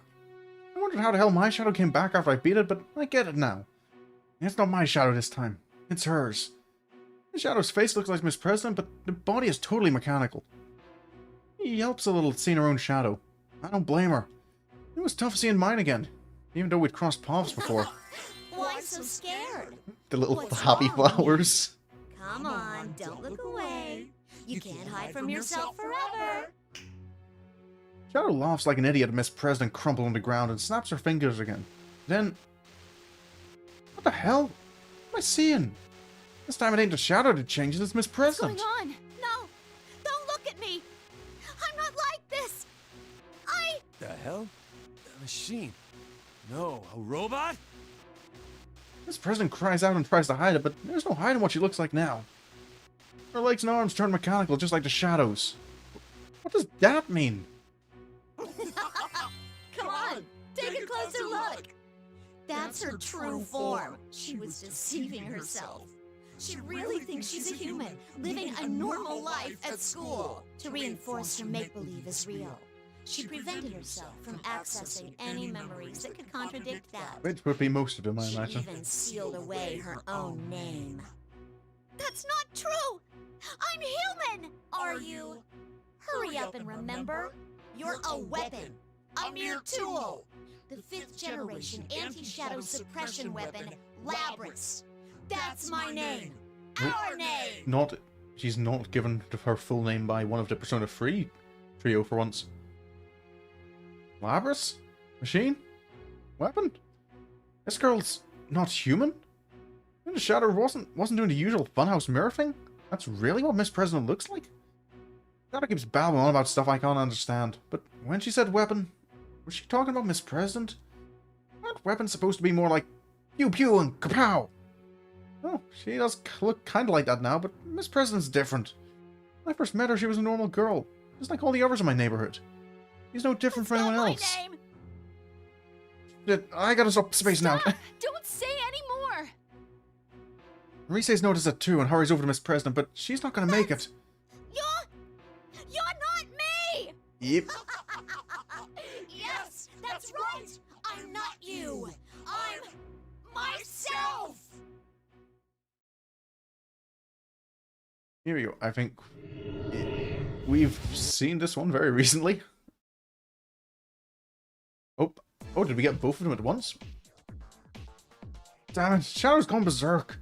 This cow monster thing came out from behind her. It's intense seeing this every time. I also noticed the scenery's changed too. Light coming in from behind the glass is so red it hurts my eyes. There's a steel thing that looks like a furnace in the center and these dolls being tossed inside it. What was that? All I know is it's something nasty. Something reeks of danger. But even though I'm in a jam, I can't stop myself from smiling. Looks like it's on me to protect everyone this time. Bring it! There's a girl here who needs our help with her shadow coming out. I get the power to fight it. Only difference from back then is you senpai's not here with us. Dude who solved all the mysteries in last year's case isn't here now. Which means I can't wait for him to save today. If anyone's gonna stop this, it's gotta be me. Kanji, are you gonna be okay? You don't have any backup! Aw, come on. Don't look so worried. Straight, I'll be okay. Just stay quiet and support me like usual. I got this one. I slam my fist into my own shadow, I can sure as hell do this. I ain't been watching you senpai work all this time for nothing. I take my stunts in front of the gigantic cow. No matter what. Just calling Asterius a giant cow.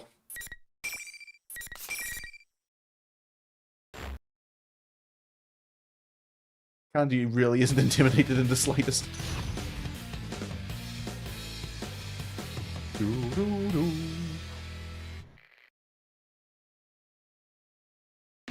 Finally.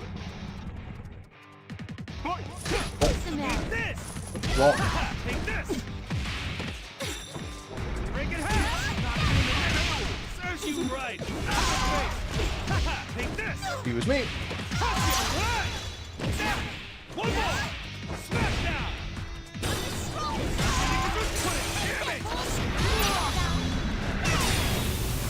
Ow. Boring! Eat this! I got cocky for a little think. I thought for a moment I might be able to get a...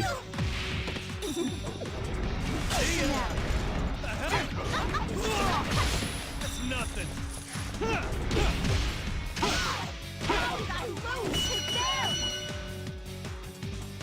There we go.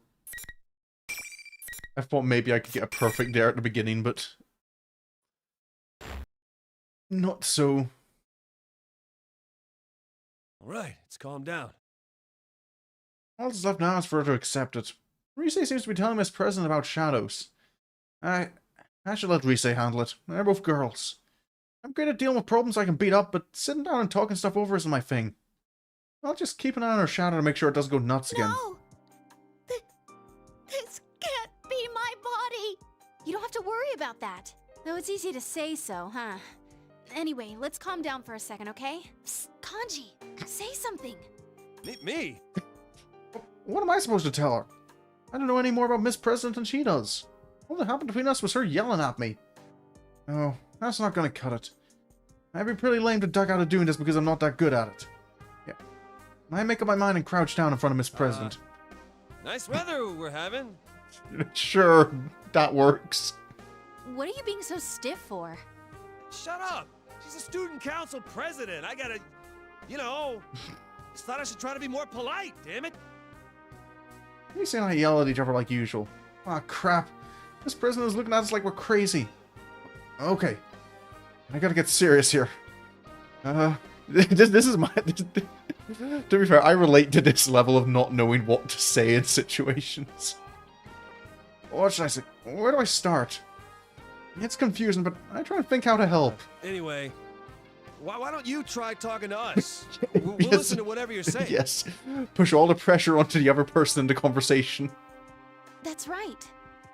Our shadows emerged when we came here for the first time. We went through the same pain as you. I think that should let us understand you, at least a little bit. Talk! And then Labra slowly starts talking about her life. How she was created as a weapon. How she had to fight other units just like her so they could run experiments. Seriously? Sounds like she was forced to kill her own friends. Insane. It's way too cruel. Anyway, she said she was able to forget all that and become a student. But the shadow made her remember everything. I want to stay human, but she won't let me. I want to forget the whole Labrys thing. That's what I imagine Rena talking when she starts speaking again.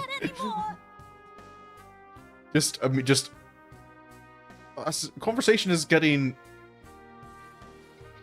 I don't know what to say. Nice weather we're having. The thing is, well, it's funny when you look out the window in this scene, the nice weather we're having. The weather is blood. I see. This president used a bunch of words I honestly didn't understand. Her story was hard to follow. But even then, something about what she said made me hurt inside. You really were doing your best, weren't you? Huh? I'll be honest, I just met you. There's no way I could know how painful this must have been for you. You really thought it through, huh? I was just saying what I felt, but Miss President looks up at me like I just sprouted a third arm. Did I say something wrong? I'm not smart enough to be confident about stuff like this. You say that you're a machine, but we know what you're talking about. I don't think there's any problem there. You're the same as us. You can feel pain and sadness just like us. The same. That's why you should go and accept the other you over there. Rise helps Miss President to her feet. She stands up, but she still seems shaky. I gotta try one last thing. It's not like the right words are suddenly coming to me now. What would you, Senpai, do in this situation? I try to think back. Then I remember. Hey, isn't that girl there a part of you too? You gotta pay attention to her. If you don't, you'll always be in pain. I can tell you that from experience. You gotta get your courage up, because, you know, you're not alone anymore. Kanji. Yeah, it's so clearly not his own words. Miss President's expression changes when she hears that. For a second, I'm worried I might have said the wrong thing, but then again, maybe not. Because she nods like she's determined. Looks like she got what I meant. It's alright now. Rise and I watch while she walks towards her shadow. Oh. Yep, and this one again. We've seen this several times already. No need to see it more. I am Labrys. The 5th generation anti-shadow suppression weapon. That's my real name. She says her name carefully and looks at us. Kinda like she did when I first met her, but more dignified than that, maybe. She shows me she's accepted her weakness. Thing she didn't want to admit. Kanji-kun? Rise-san? Thanks. Seems like I was forgetting things that I shouldn't have been. But now, I feel so light I could float away. It's like how scared I was before was just a bad dream. No need to thank me, and the really hard part was all you. Kanji just punched things. Good thing no one was hurt. Kanji, do you remember the friends you knocked out cold and just left? Yeah, and I can finally call you by your name. Labrys is such a cute name. Yeah, but other than the unconscious friends, no one was hurt. Come on, don't say that. It's not really true. I slowly let out a breath. Listen to them talk about nothing. It's finally over. Looks like Senpai and the others are all together. The invisible walls must be gone. All right, I think we're done here for sure. So we should hurry and catch up with them. Rise says to leave it to her and start searching for the exit with her persona. He finds out that the lobby we used to use is up on the school's rooftop now. It shouldn't be here in this world anymore, but then the school got created here. I'm surprised the lobby is back too. Looks like we'll be meeting up with our other friends here in this world. What Rise told me, they're mostly all here. Chie-senpai, Yukiko-senpai, Yosuke-senpai, Teddie. You-senpai too. I'm kinda surprised to hear that even Naoto's here. Said she was too busy with work to come along. Looks like everyone from the investigation team is here now. Come on, let's go, Labra. Coming! Oh. Labras hurries up next to me, and me and her and Rise all run together towards the roof. Oh, off to the roof again. Kanji doesn't have many chapters in his story. When we get to the roof, the others are already there. Oh, we're the last ones. I feel kind of embarrassed at everyone welcoming us, but you Senpai's here and I haven't seen him in a while. Senpai! Long time no see! I totally did it this time! Yeah, Rise told me. You did an excellent job. It's pretty cool hearing that from him. You ever seem okay too? Same as usual.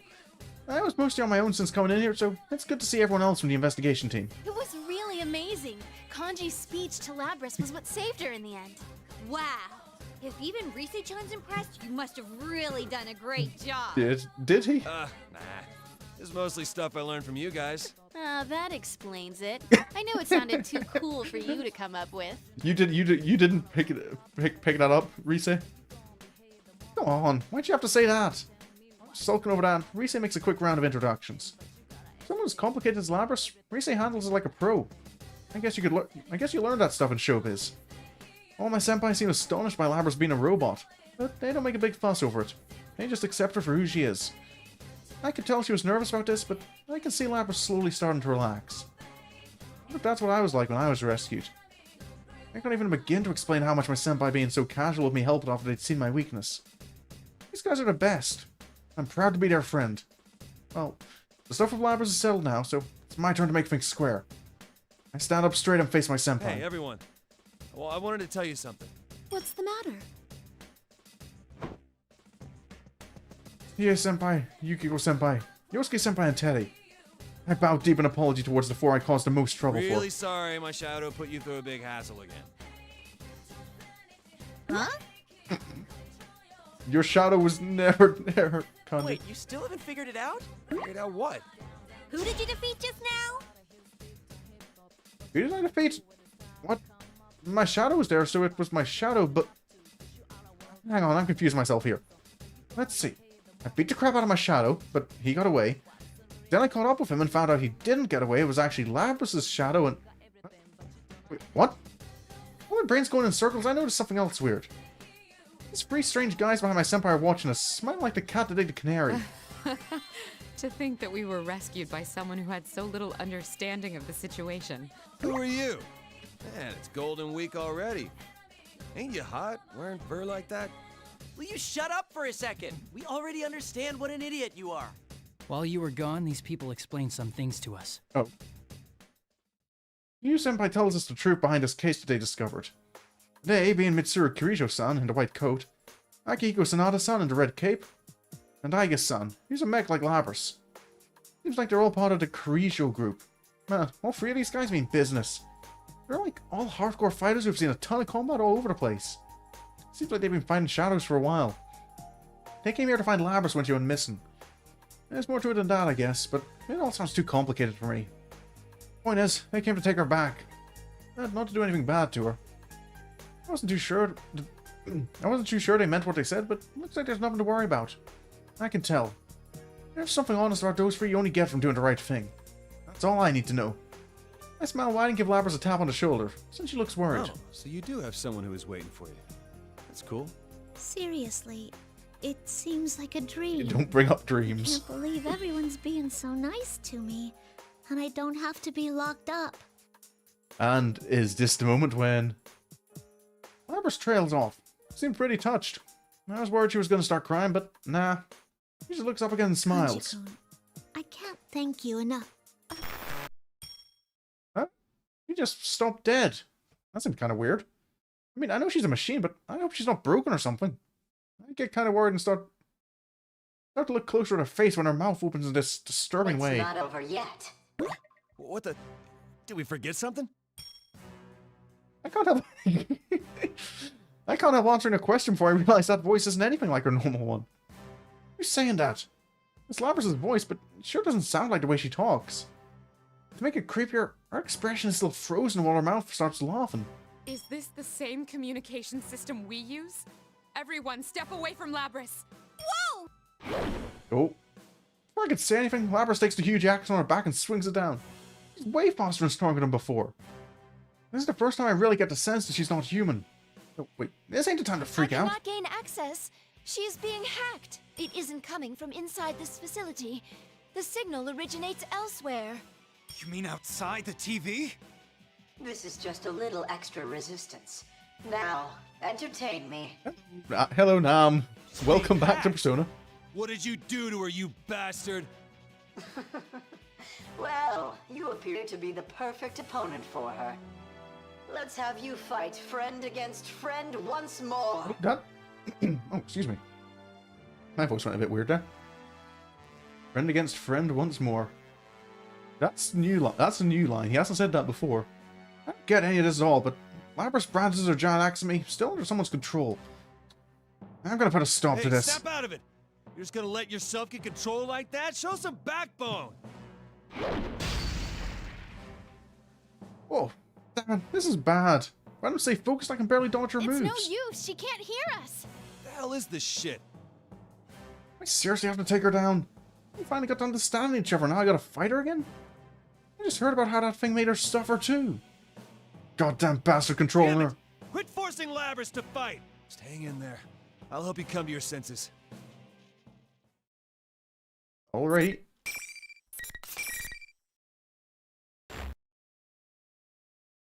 Persona Labrys.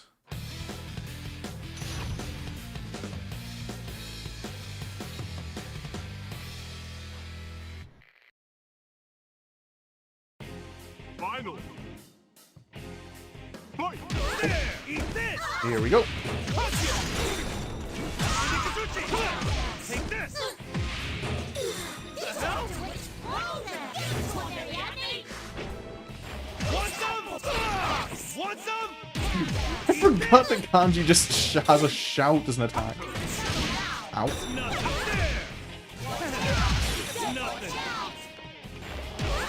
Take this! Damn it! Want some?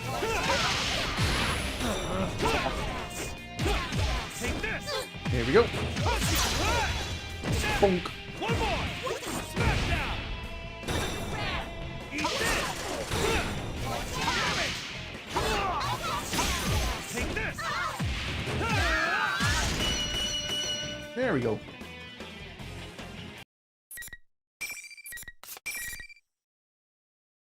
Save down for Kanji. My, she was quite easily defeated. Evidently, I didn't push her far enough. Well, she is a test unit, so this is as far as my little game goes. Labrys isn't moving, but she's still talking. You're gonna make me sick. Whoever it is keeps talking about Labrys like she's not even a person. Show yourself, you freaking coward! Who the hell are you, anyways? Ah, yes. I should thank you all. Although this didn't work out, you did stay in it to the very end. What? You can stuff your goddamn fangs. Someone starts talking calmly before I get... Someone starts talking calmly before I get too mad. It's Mitsuru-san. Labrys' shadow was only the mastermind of the tournament. I see now. You're the true culprit behind the whole thing. Indeed. It was I who stole Labrys away. Since I don't have a persona and can't enter a TV, I needed a puppet that could run amok for me. Labrys' persona was only partially awakened, so I had a feeling her shadow would appear if she underwent a little suffering. You got the better of me this time. You deserve to know at least that much. This time?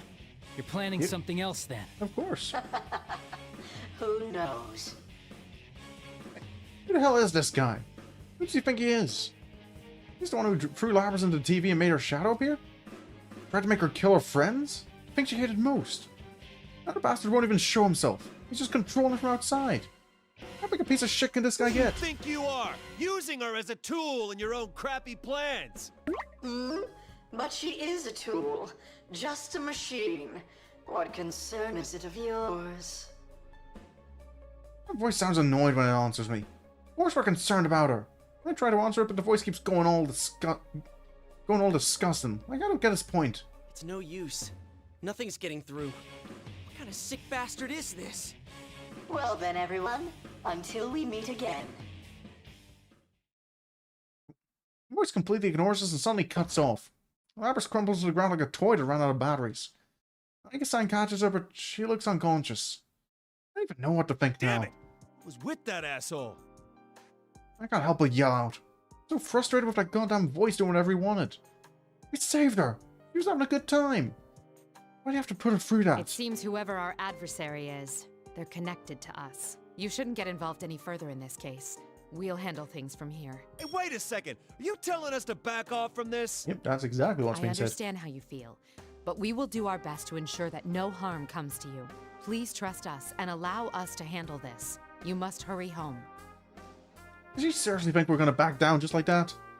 I'm about to give Mitsuru-san a piece of my mind when Senpai stops me. Guys, let's leave this to them. Huh? Are you serious? He's okay with that? That's not cool, man. I'm just about to say so, but I stopped myself when I catch Senpai's eye. I see that he's not backing down. Yeah. He's not the type of guy to let things slide. I know better than anyone that he wouldn't let something like this go unfinished. Senpai calls the shots. Just Oh, do okay, like so they ask and go yeah, home. I'm guessing this means like in Yu's story, if you did look to Kanji instead of Yosuke, this like you do still. Kanji-kun? No use getting pissed at them. They're not the bad guys here. What an unexpectedly mature thing to say! Are you an imposter? Shut up! Don't make me muss your fur again. I'm sure Senpai has something up his sleeve. I'll just stay quiet and trust him. That's what a man would do. Looks like Yosuke Senpai's with me too. He's probably figured out the same thing. All the others eventually calm down. We follow Mitsuru-san and her folks out of the TV world.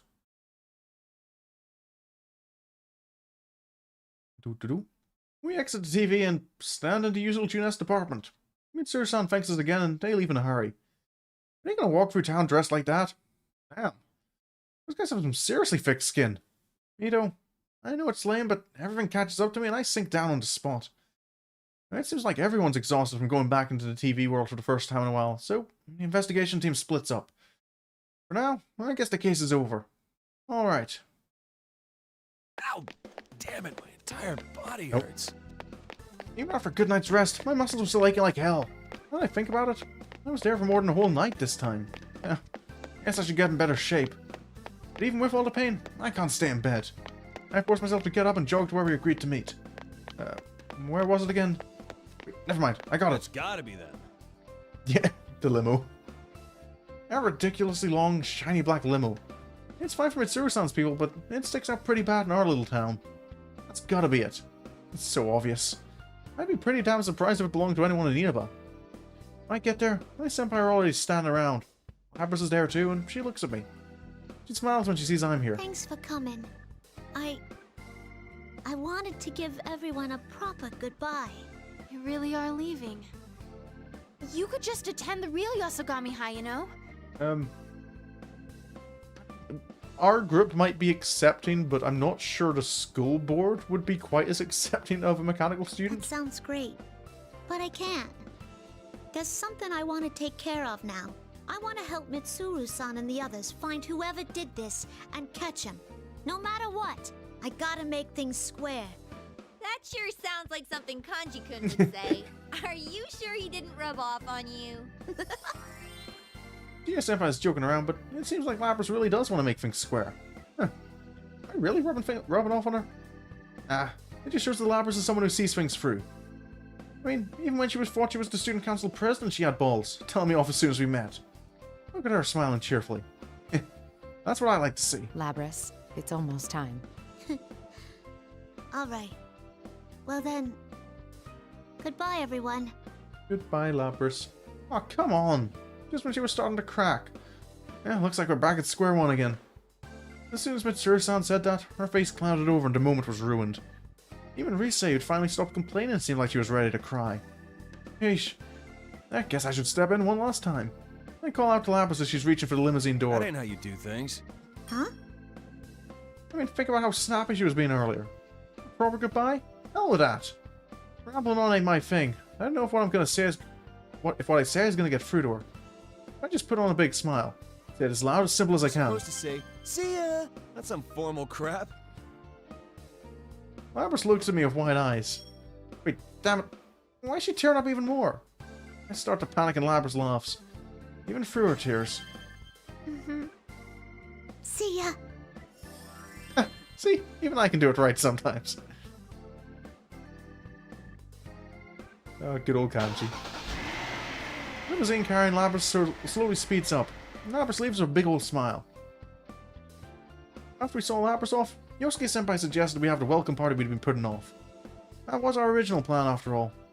I kinda wanted to delay it longer since I'm still not done with Senpai's present, but he dropped a hell of a bombshell at the party. What did he say? Well, what else? The investigation team's getting back in action. We're gonna keep following this case. It's not our style to get dragged into something and then sit back and wait for someone else to solve it. My buddy said he's gonna keep investigating, and I'm not letting him do it alone. This Golden Week's far from over. We're gonna have tons of fun before the holidays end. I head home after saying goodbye to my senpai. I'm all jazzed up now. Oh, we do get more epilogue. Kanji, can you come out for a moment? Coming, Mom! I put the crochet hook down and go see my mom. I'm just finishing up Senpai's present. I got some time to help out. But once I get done with this, I should make another one. Meeting Labras kind of inspired me. How about instead of making a stuffed animal, I need a stuffed robot? I need you to tend to the store while I go do some shopping. I'm expecting a package, so make sure you sign for it when it comes. Yeah, fine. I'll take care of it. I head on out to the store. On the way, I happen to glance at one of the merchandise shelves. It's for the stuffed animals I knitted. I asked my mom to put them up in the shop a while ago. They seem pretty popular. I should add a few soon. Guess that means I'll have to hurry up with that stuffed robot. What are you staring at them for? Don't worry, they're all as adorable as ever. I wasn't staring. Sheesh. Stop making things up. Honestly, even though I asked her to do this, I'm still uneasy about seeing the hobby I hid for so long out on display in the shop like this. It wasn't that long ago I was still hiding it. People's reactions to it haven't been that bad. Sometimes they'd even sell out. But no matter how much people liked them, I guess I was still kind of ashamed of my hobby. That's what I realized during this case. I talked big to Labras, but I gotta change too. I want to get where I won't freak out, even if my shadow comes out or people talk about me. Even that much is gonna be a lifelong fight. I'm taking it one step at a time. I want to be able to send these guys off with pride. Well, I'll be going then. Try not to glare at the customers, okay? I won't. Hurry up and leave. I see my mom off and put on Tatsumi Textile's apron. I'm all fired up. Let's do this! The case ain't over yet, I know. But I gotta do what I can. I'll start by rearranging the mascots on the shelf to make them look as cute as possible.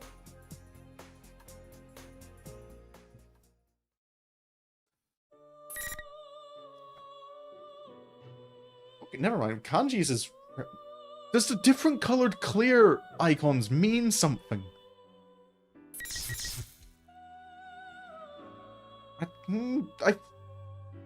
Why are some yellow and why are some red? Okay, last one for this stream. Teddie! You had just arrived. Yeah. I am a shadow. The true self. Yeah, you arrived. Yeah, Teddie arrived in the announcement room for it to already be... the bad time. And... I think it was already... Yeah, Labras was already doing the "You're not me." The power is rising from within! What's going on? Hey, did you enjoy the P1 Grand Prix? It went exactly how you wanted it, no? Wasn't it fun? Seeing them fight their friends? Don't be dumb. Why would I think that's fun? I never wished for anything this awful. Oh, yes you did. You wanted them to suffer the same pains that you once did. You wanted them to understand, right? Oh, Shadow is overflowing with power. Every time the Shadow presses Miss President, she gets paler and paler. This isn't good. I need to back her up. Miss President, don't lose heart! Miss President looked like she's about to cry when she turns to me. The Shadow just ignores me and keeps going. How can you even ask them to understand you? When you've been deceiving them all along. That'll never happen. You're not even human. You're a machine. Huh? What is this? Oh, here we go again. As soon as the shadow snaps its fingers, Miss President starts to change? Am I taking crazy pills? No matter how much I rub my eyes, she doesn't stop changing. Miss President has turned into a girl who looks exactly like the shadow here. President, are you a machine? Are you just like Ai-chan? Oh yeah, Teddie did meet Igus. That reminds me. Ai-chan called Miss President's sister. Is this what she meant? Never mind me. Miss President's not human either? She was a machine? A beautiful mechanical girl? No! I'm not! You wanted to live a normal life and go to school looking like that? There's no way! You're pretty stupid for a machine, you know that? Admit it. You're a robot. It's about time you stop trying to fool yourself. Yeah. No matter how many times I see it, the way shadows mercilessly bully everyone makes me mad. Miss President doesn't like it at all. She's sad too. Oh no, we're in trouble if this keeps up. Miss President, don't worry. It'll be all right. What did Sensei say back when this happened to me? I want to somehow get Miss President feeling that happy and relieved. I can't find the right words, so I tried to tap Miss President's shoulder to comfort her. Miss President? Oh. She slapped my hand away. Easy for you to say. It's not like you understand anything about me. It wasn't a shadow getting in the way?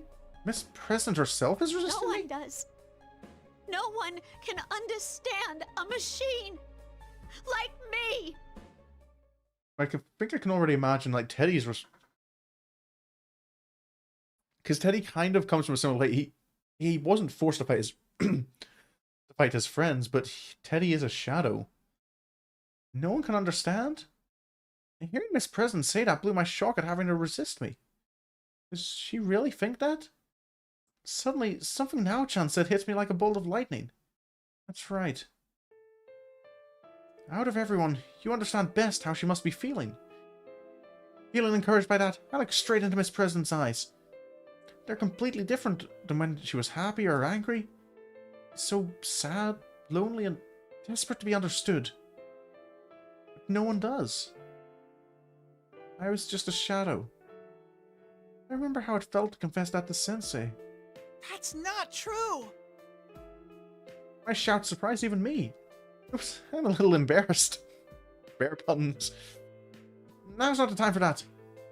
I finally understand. It's time I repaid Sensei and the others what they did for me. Because I am who I am, I can help Miss President. I'm her knight after all. Even I found people who understand me. I'm sure that someone will... Heck, I'll... Teddie! Oh, is she finally willing to listen to me? I'll just reach out again and... Stop getting in the way! Never mind. Holy free holidays! Yep. Shadow Labrys is having none of it. Hello. Asterius not even using his cutscene debut.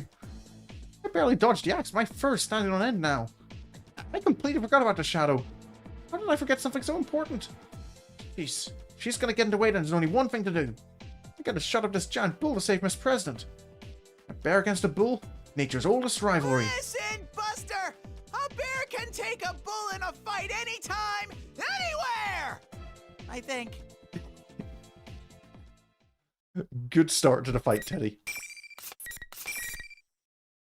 Good start.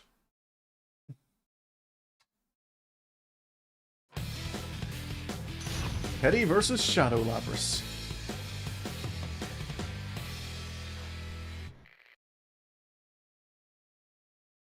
Final. Fight!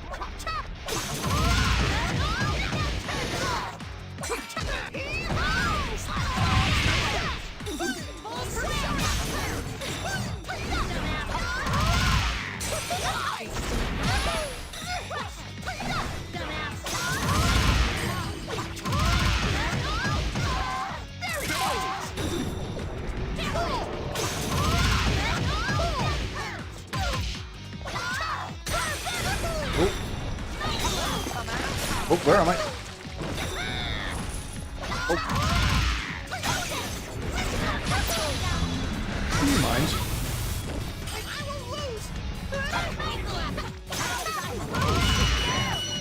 There we go.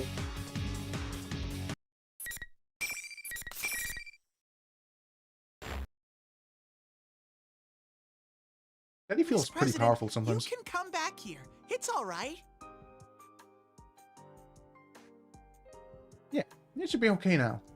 The bull has calmed down and the shadow is quietly standing by. All she needs to do now is accept herself, right? But Miss President hesitates. Not only won't she come near, she won't even look this way. Is she that upset? But Rise-chan slowly takes Miss President's hand and urges her to come forward. Miss President takes a step forward, spurred on by Rise-chan's kindness. But it's still no good. Her face is still as troubled as ever. A cute girl like her should be smiling. Seriously, you're such a handful, Miss President. You're still calling me that? Well, you haven't officially introduced yourself yet. You know I'm not human, right? How come you're being so nice? Hey, I'm not human either. Huh? Yep, yeah, there we go. Aw, I told her once already. How could she forget after I showed her my insides? Oh yeah, you did just open your head, didn't you? Since Miss President still seems dazed, I explain what I mean. I wanted people to like me. That's what I wished for. And this is the shape I took. When people like you, it feels good, knowing that you belong somewhere. I really think that's true. It was what I wished for without knowing back Isn't then. that the same thing as wanting to be understood? This is probably what Nao-chan meant. What Miss President's shadow said and what I wished for, they're pretty similar. There's not much difference between wanting to be liked and wanting to be understood. People like you. Did you have anyone like that, Miss President? Someone who liked me. Someone who loved me. Her promise. I fixed my gaze on Miss President, who's gone quiet. It's not an adult bear's way to hurry someone with something like this. After thinking and thinking, Miss President timidly opens her mouth. It's kind of foggy. But I feel like there was someone like that. Someone who cared about us. That's wonderful! Yeah, it really is. Miss President smiles and looks straight into my eyes. I think she'll be okay now. So I muster up my courage and ask her directly. Miss President, do you mind if I ask your name? Miss President looks taken aback for a second. But then she returns my look and answers. 5th generation anti-shadow suppression weapon. Labris. That was 5 times longer than I was expecting. I'm gonna get it right. First try. Shadow suppressive. Ah, I bit my tongue. Sheesh, you just had to kill the mood, didn't you? Painful jab to my cowardly heart. You didn't have to tell me that. I knew it all too well. That's why I'm not going to mess up anymore. Labby-chan, I got it now. Sure you do, Teddie. I like that. Feels a little funny, but I like it. When she hears my nickname for her, Labby-chan makes the kindest face I've seen on her so far. She's so pretty when she smiles. Aww. She stands quietly, like she's finally at peace. Then she looks her shadow in the eyes and smiles again. Looks like Labby-chan is sticking. Not bad, huh? I still wish from the bottom of my heart that they all have happy lives. I do remember those words. Someone said that to me once. And I went and completely forgot about it. I still wish from the bottom of my heart that they all have happy lives. What a lovely thing to say. I wish that from the bottom of my heart too. Labby-chan begins to walk slowly towards her shadow. Ooh. And there's the Persona Awakening cutscene again. Yeet.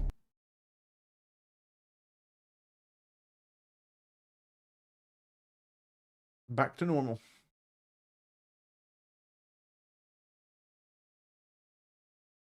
Excuse me. After accepting her shadow, Labby-chan turns towards us with a big, happy smile. Oh, it's so cute. While I appreciate her awesome smile, Labby-chan cocks her head a bit and speaks I'm up. myself. There's only one Labris. And I'm the best there is at being me. Right? Good job, Labby-chan! I give her a thumbs up, but Labby-chan just shrugs it off. Uh-oh. I know Labby-chan's the queen of pointedly ignoring things, but this is no time for that. No! You're supposed to copy me at times like this. Rise-chan, if you don't mind, a little demonstration, please. Fine. Sorry about this. Just play along, okay? You put your finger like this and... No, don't put the thumb down. Up, like this. Like this? And then... Labi-chan follows Rise's example and then looks up. Oh, there we go. Good going, me! That's right. All together now. Good job! Hey, that was great. The way our voices came together was so nice that all three of us started laughing at once.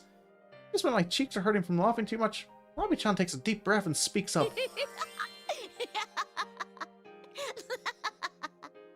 I've never laughed so hard in my life. Even if my shadow comes out again, I'm sure I'll be okay. Now that I've found people I can connect with, it's all thanks to you. To Teddie, my loyal knight. It's truly an honor as your knight. That's what I wanted to say, but my mouth froze up and I couldn't get it out. That's weird. Why did that happen? Usually I have no problem saying whatever, but right now it's like... I don't know what to say. How do I explain... Oh, Teddie, are you actually embarrassed? I'm not embarrassed. Oh, I bit my tongue again. Labi-chan laughs, and Rise-chan does too. That weird feeling has gone away now, and I smile really big too. This is how things are supposed to be. Oh, a bookmark.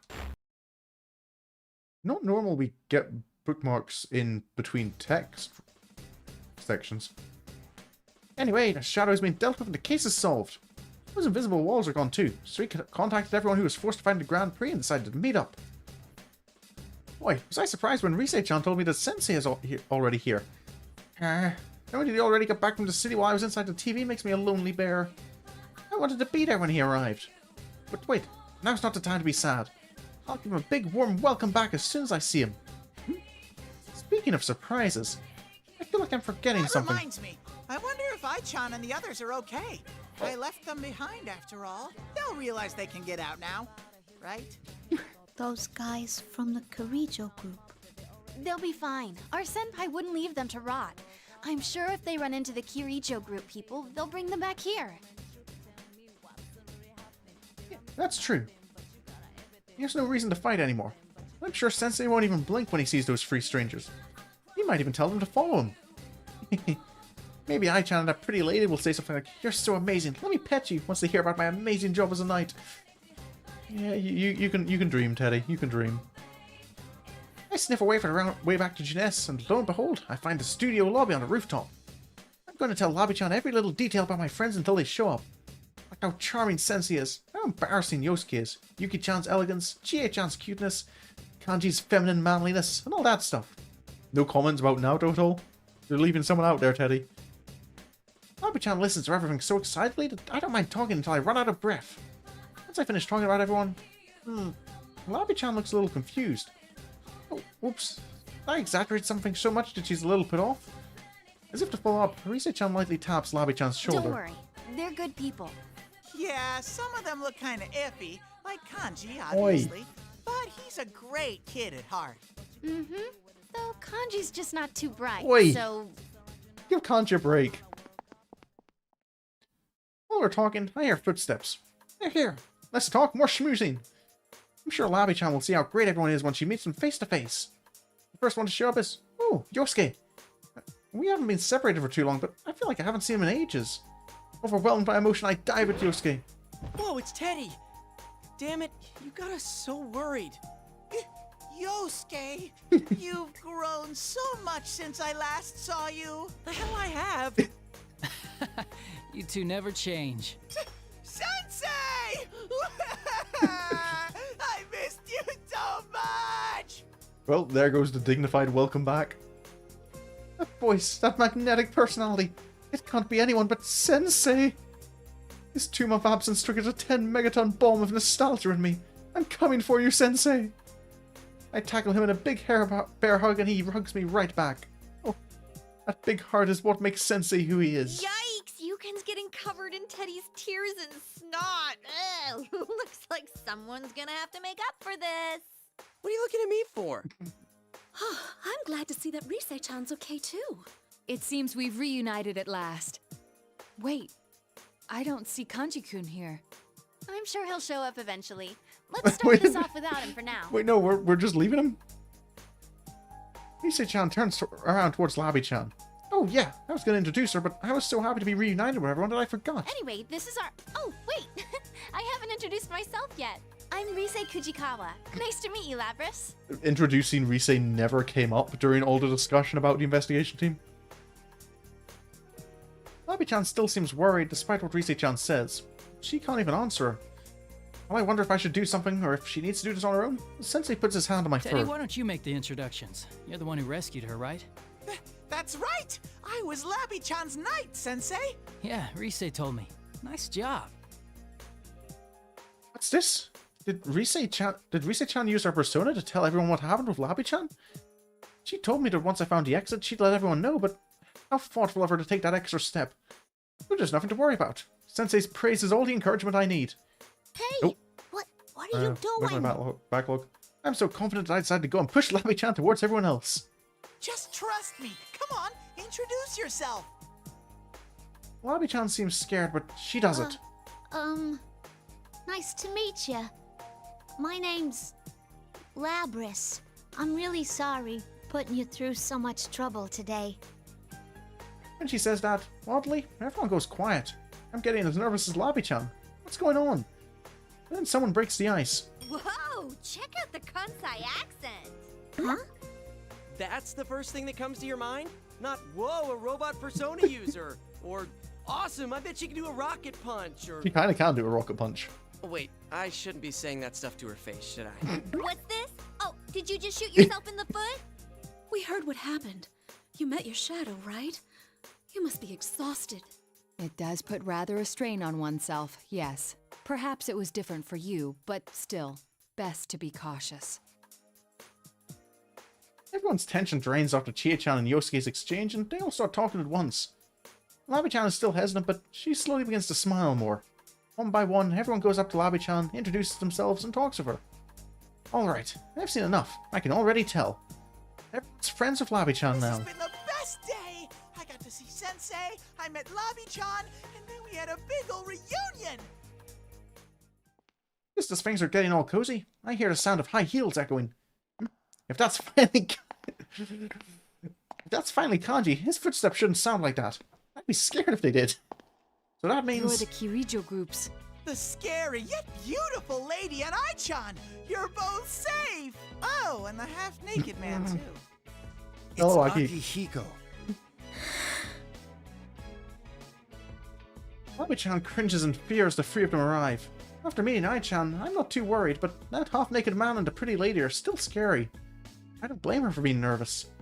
Alright, I'll pitch in as her knight. Hold on there! If you want to talk to Labby-chan, you'll have to go through me first! It's okay, Teddie. I feel a gentle hand on my back.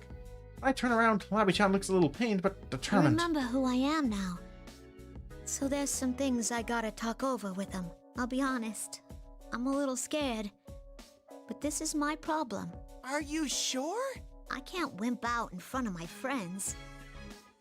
Don't worry about it. Well, if she says so. I'm worried because this still seems hard on her, but I can see in her face that she's fought this through. I believe in Labby-chan. Even if things don't work out in the end, there's no need to worry. I'm right behind her. I don't know if she's picking up on that or not, but Labby-chan smiles at me. Then she takes a step forward. He's going over to I-chan. Sister. Oh, are we actually gonna... We haven't seen much interaction between Aigis and Labris. Labby-chan was about to say something, but in the end, she decides not to. Instead, she faces the pretty lady. Oh, You're no. Labris, correct? Still no proper interaction. Yes. I'm the 5th generation anti-shadow suppression weapon. Labris. It's strange, but that lady doesn't seem so scary now. She's actually sounding calm, talking about herself and Labby-chan. You made everything seem so easy to understand, so I tell her what I know and everyone else joins in to tell her how Labby-chan feels. Even Sensei. And after the lady hears it all, she bows low to apologize. I'm sorry for everything. Huh? Oh? You were designed to have a heart, and yet unforgivable sins were perpetrated against you. How come you're apologizing? The past sins of the deceased are not my responsibility. But I do bear responsibility for the future built on that foundation. Hence, I am obliged to atone for the sins committed against you. I wasn't thinking about atonement or anything. I mean, you're gonna take me back there anyways, right? Labrys, you seem to be misunderstanding me. I don't intend to seal you away again. Huh? I want you to perform the duties you were made for, along with Aigis here, who could be considered your younger sister. It needn't be right away, of course. All we need now is a mutual understanding. Let's get to know each other, Labrys. And This maybe is definitely one day different you'll lend dialogue us to what your we've gotten in the strength. other ones. Just listening to her makes sure that this lady wants what's best for Labby-chan. Now, Labby-chan is at a loss for words, but she knows that too, right? Before I can say anything, Ai-chan takes her hand. It's the same mechanical hand as Labby-chan's. It's true. Labby-chan does have someone who's just like her. Sister, I guess. There are so many things I want to ask you about, but I'll just say this for now. I'm glad to meet you. Labby-chan gently squeezes Ai-chan's hand. Ah, the sisters have come to an understanding. Labby-chan, I'm happy for you. Yes, now is the time to share that happiness with me. Oh. This is different noise than before. Just as I'm about to rush over to her, Labby-chan's body shakes strangely. Labby-chan? What in the world is going on? Is she sick from all the excitement? I try to see if I can tell It's when... not over yet. Oh. Oh, who said that? It was Labby-chan's voice, but it didn't sound like her at all. Is this the same communication system we use? What are you standing around for? Everyone, get away from Labrys! Labby-chan violently swings her right arm at the lady. The lady quickly dodges, but Labby-chan left a dent in the ground with just her bare hands. Oh my, you're so strong, I Labby-chan. cannot gain access. She is being hacked. It isn't coming from inside this facility. The signal originates elsewhere. Oh dear. You mean outside the TV? What? What's that supposed to mean? Can someone explain this to me? What's happening to Labby-chan? We have to help them. I'll back you guys up, but you need to hurry. Leave it to us. No. Everyone darts off, leaving me completely flustered. Wait a second. We're going to fight against Labby-chan? Everyone looks so tired from all the fighting before. Do they have to fight again now? This is just a little extra resistance. Now, entertain me. Oh. Hello. Her persona comes out of Labby-chan. It's the one she just got by accepting her shadow. When I saw that, my doubts about whether or not to fight her went away. This isn't right. She didn't get her persona just to fight us. Labby-chan shouldn't have to fight her friends anymore. Labby-chan, I'll save you quick as lightning. No matter what happens, I'll always be your knight. That's why I have to stop her. I mean, I'm Labby-chan's knight. I've got to protect her heart too. Oh. Here we go.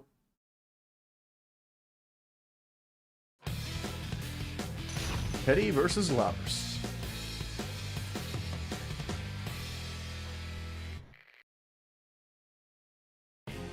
Finally. Fight! Ow.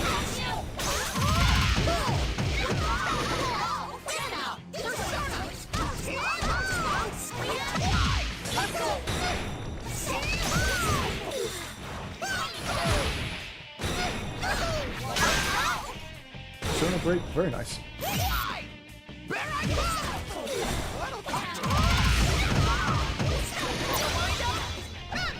There we go.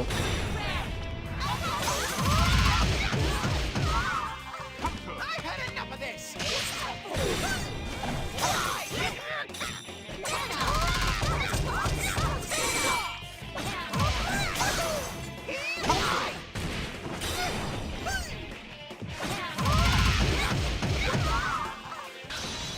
Here we go.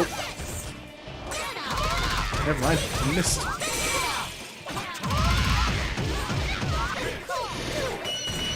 There we go.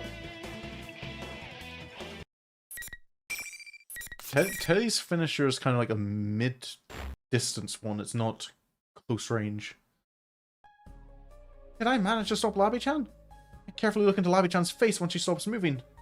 Suddenly she starts talking blankly. My, she was quite easily defeated. Evidently, I didn't push her far enough. Well, She is a test unit, so this is as far as my little game goes. It's the same voice as before. It's totally a man's voice. What in the world is that? He's been going on and on about personas this and that and some test thing, but it's all just a gag to him. You hurt Labby-chan over something like that? I'm absolutely furious that he used Labby-chan. After taking a brief look at me, the voice keeps talking. I should thank you all. Although this didn't work out, you did stay in it to the very end. He wasn't Excuse me? He wasn't listening to what I said at all. Can't he see how angry I am? Labrys's shadow was only the mastermind of the tournament. I see now. You're the true culprit behind the whole thing. Indeed. It was I who stole Labrys away.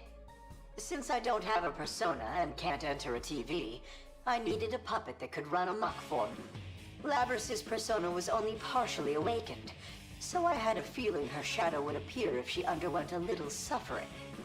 You got the better of me this time. Excuse me? You deserve to know at least that much. This time? Are you still planning something? Well then, everyone, until we meet again. Certainly seems like it. If I never meet you again, it'll be too soon. Actually, who are you? At least have the common courtesy to introduce yourself. Nope, not this time. I was waiting for him to at least say his name. Why is he prolonging the suspense like that? Then I hear this weird sound like something turning off, and Labby-chan collapses like a puppet whose strings were cut. Does that mean he's gone? Ah! How rude can he get? He didn't even answer one of my questions. He didn't listen to anything I said. He's the worst. I'm still frustrated, but I'm worried about Labby-chan. I did my best to try and stop her, but I didn't go too far, did I? Is Labby-chan okay? Ai-chan nods, tending to collapse Labby-chan. When Labby-chan hears my voice, she opens her eyes. Oh! She actually wakes up in the still in TV world. Oh, good. She's not making that weird face anymore. What a relief. Everyone is trying to figure out who that was, but I'm fine now that I know Labby-chan's okay. While I help Ai-chan with Labby-chan, Sensei and the others talk to the You lady. should leave the rest of this affair to us. We'll do our best to ensure that no harm comes to you. That is our duty. What a cool, beautiful voice. This must be what they mean by a voice you just can't argue with. Yosuke, let's go back. I thank you for your understanding. Don't worry, we'll keep you safe. It sounded like he was doing what the lady wanted, but Sensei and Yosuke were looking at each other funny. What was that about? Are he scheming something, even though Sensei said he wasn't? Well, it's more important right now that Labby-chan gets better. It's time we get out of this TV. And then the party can start.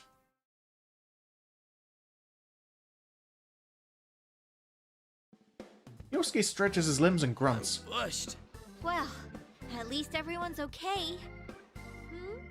Aren't we forgetting something? I don't think so. If I could Oh, Kanji! If I could conjure something up, though, I bet everyone would congratulate me. Can I just give myself a hint with that? Kanji-kun still hasn't arrived. Oh, good job now, Chan. No wonder you're an ace detective. Kanji hasn't been with us since all this started. I thought he was just running late and he'd catch up later, but stuff happened with Labby-chan and, well, he completely slipped our minds. Yeah, he is pretty late. After what just happened, something could still be up. Oh, crud, that's right. After what just happened, what if Kanji's in trouble? But wait a second. My adorable ears are picking something up. Huh? Is that... I think I hear something. You're right. So do I. What's it saying? I can't make it out. Where is it? Everyone looks at each other in confusion over the noise that's coming closer. Those thunderous footsteps and that yell. Oh man, I'm starting to get a Oh, dear. bad feeling about this. You're far from the only one. You're kidding me. Is this Kanji? Does everyone else think so too? I turn around with a bad feeling about this and sure enough, Kanji's running up like a madman. Looks like he was completely late to the party. Oh well, since I, the knight-errant Teddie, played a huge role this time, I'll speak for everyone. But when I step forward, Kanji glares at me and points his finger. What the... Is this the final battleground? And the Grand Prix to decide the strongest man? Kanji just still thinks it's the turn. Oh no. Kanji, why are you bringing that up? I see. Hey, what are you looking at me for? Wait, I guess too? What's so funny? Oh no, he just reminded me a bit of you. See? Even the ladies are laughing at you, Kanji. Yeesh, it's embarrassing to be your friend. Kanji, you were still at it? Ugh! I already told you it's over! Shut up! No one gets to decide what No, my he dream's still over thinks but it's his me. dream. Your dream? Do you mean to tell me you think this is all a dream? I can't remember Risa-chan bringing something like that up when I talked to her. Yosuke seems a bit embarrassed. Oh, I get it. Yosuke must have gotten beat by the confused Kanji, or Kon-kan as I'll call him. Well, I suppose that it does all Kon-kan. seem quite unrealistic. Still, isn't this kind of long for a dream? Slay Kanji can be such a handful. What are we gonna do? Should we stop Is this another fight? Wait a second. I just remembered something really seriously very important. That's right. It's extremely important. I haven't gotten my victory kiss from Labi-chan. Now that I remember that, I gotta give this last fight everything I got and win Labi-chan's praise. Oh wait, actually? Kanji, I'm your last opponent. Huh? What, you want to fight me, Ted? I've got one more job to do. I can't let this end without at least getting a victory kiss. What? A kiss? What kind of motive is that? The knuckle crack. I quickly step before Kanji as he's cracking his knuckles. Oh, how awesome. The P1 Grand Prix to decide the most masculine of all men. Now this is more like it. Alas, he never learns. Well, if it calms Kanji down, I'm fine with it. A heated battle between the daringest of men. The ultimate showdown to decide who's most macho of all. Now this is a festival. Get ready to try a little Teddiness. I throw Labi-chan a sidelong glance. He doesn't look hurt or anything. It's okay if we tussle a little, right? Labi-chan seems to understand. After looking at Ai-chan, she gives me the thumbs up. If you're gonna do this, you better not lose. Best of luck, Mr. Knight. All right. Labi-chan's cheering has boosted my courage to 120%. Bring it on, Ted. You're gonna find out that the legendary Kanji Tatsumi's the strongest man there is! Especially since you're in my dream anyway. Rah! Oh man, he's way too into this. I agree. Alright. There comes a time when a man's gotta take a stand. Go for it, guys! Fight it out to your heart's content! Yes! Chie-chan's right. Now's the time for me to take a stand. Come and get me. Alright. Oh. Actually, okay. One last fight.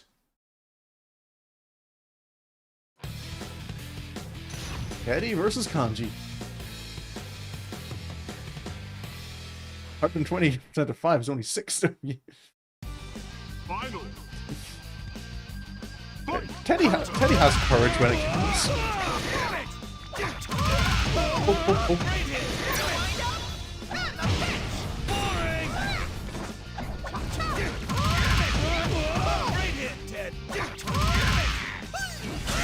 Ooh. You ain't bad. You ain't bad. Great hit, Ted. Time to go. Baseball bat.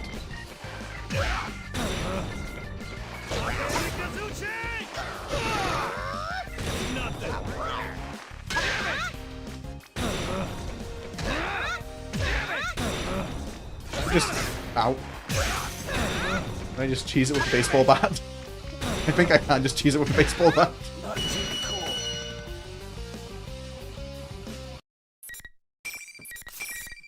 There we go.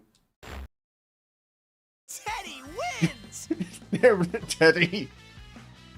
Amazing! I, Teddie, have dominated the Grand Prix. I'm truly the champion.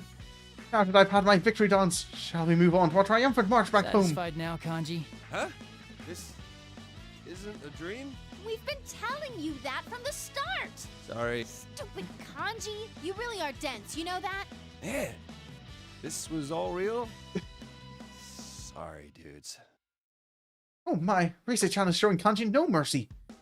The world is a harsh place for losers, huh? Good thing I won. They're very energetic. Ridiculous is more the word I'd use. I don't know. Seeing them like this brings back some memories. Come on, Labby-chan, give me a kiss. I demand it. As I bounce around Labby-chan, she looks perplexed. Oh, is she still holding out on me? Labby-chan is such a tease. What gives, anyway? Oh. You fought one of your friends without even being forced to. How can you laugh about it like that now? Yeah. I infer that for them, this is one way of communicating with each other. The common phrase is that they are letting their fists do the talking. Their fists are talking? I have heard that doing so allows people to form even stronger bonds. This wasn't exactly anything so noble. Yeah, this was just... Bonds. Huh. I like that. Labby-chan smiles shyly and gently pets my head. Oh, those petting skills. She knows how to rub me the right way. It's not a kiss, but I'll take it. Sure. Some of the lines I've had to say in this game. After we all got out of the TV, we were so tired that we went our separate ways and fell asleep at home. The next day, we got together to see Labby-chan off, plus the others who were going back to the city. Labby-chan looks lonely in that cool, long car. Yosuke called it a sweet limo. Or maybe I'm the lonely one. Labby-chan, you decided to go with Mid-chan, right? I would be careful about using a chan. Like a nickname like that with Mitsuru. Mid-chan? Who are you talking? Oh. Huh? Wait, is he referring to Yeah. A little sorry for that. Meat-chan indeed. And just what are you laughing at, Akihiko? The idea of anyone calling you... You're laughing too hard, Aki. What? It's very rare to see anything make Mitsuru-san laugh like this. Yeesh, what's her deal? I'm trying to have a heartfelt farewell and these guys keep undercutting me. Even Labby-chan is laughing. I'll forgive them for cute girl's sake. Besides, laughing like this is more our thing than staying down in the dumps. The thought of staying here did cross my mind. I'm gonna find whoever it was that set you all up and catch him myself. The way Labby-chan said that so confidently was awesome. She's gleaming so much I can barely look at her. If I don't look, it'll be wasted, so I'll just have to go blind. I've heard that looking at cute girls can do that to you. Uh-huh. Yeah, you'll be okay. You've got Ai-chan, Mid-chan, and Aki with you. I'm sure you can pull it off. Yeah. I'm not alone. Right? Exactly. If anything comes up, I'll be at your side right away. I'll try my hardest to make a place where I belong. Just like you, my senpai. Will you root for me? Even when I'm far away? I'm her senpai? That has a nice ring to it. I can't help but smile real wide. I gotta keep my dignity. I am her senpai after all. I make the sternest face I can and puff out my chest. Follow your senpai Teddie's example as much as you want. Please don't, Labrys. Just make sure not to follow his example of getting carried away so easily. Dude, Labrys is way better than you at all kinds of things. You ask me, it's you who should be following her example. What? What horrible things to say. As a senpai, I demand an apology and reparations. I'm hopping mad, but Yosuke brushes it off with a quick shut it, and Chie-chan is asking, are you sure you want this guy as a senpai? Oh well. I can let such petty jibes pass, since I am a senpai and all. Seriously, the only good thing about my friends is that they're never dull. Make sure you train hard so you can keep up with them, okay? Yeah, I'll do that. I ignore everyone else talking about what training hard really means, as Labby-chan and I look each other in the eye and smile. A true exchange of feelings. It's like me and Sensei. But for a moment, Labby-chan's face goes serious, worried even. I cock my head to ask what's wrong, and Labby-chan hesitantly answers. Come back here again? Of course you Why can. would you have to ask that? Huh? Heck, if you don't come back, I'll come after you and drag you here. Seriously, what a thing to ask. We're friends, and senpai and student on top of that. He doesn't need my permission to come back here. Gotcha. But make sure you let me know in advance so you don't cause a scene by showing up all of a sudden, okay? Labby-chan smiles. she crying? I can't bear to see a cute girl cry. But Labby-chan laughs through her tears and gently takes my hand. Her mechanical hand presses into my soft fur. Thanks, Teddie. Thanks to you too, Labby-chan. Well, see ya! Off they go again. Labby-chan waves from the window of the sweet limo and goes farther and farther away. I do my best to wave back, and I keep waving until I can't see her anymore. Eventually, she disappears. She's gone. Yosuke pits my head when he hears me mutter so sadly. No, if he acts nice to me now, I'll cry even more. I'm sure you'll see her again. Yeah, she said she'd come back. Hey, Labby-chan. I couldn't say it before, but you don't need to worry about anything. Maybe you don't realize it, but you're so charming that you'll be fine wherever you go. Everyone will want to be your friend. Just look at everyone here. They all couldn't help but like you. Heck, I like you so much that I wish you'd come back right now. Back to the food court. After we said goodbye to Labby-chan, we all gathered as usual in the food court. It was to make up for Sensei's welcome back party that got interrupted by the case. I was kind of down though, because I'd hoped Labby-chan could join us at the party. You really stepped up to the plate this time, Teddie. Good job.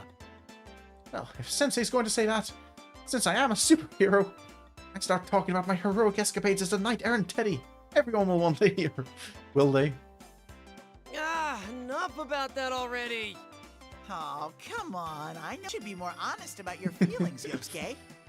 No one looking Believe impressed. me, I don't hold back when it comes to the stuff you do.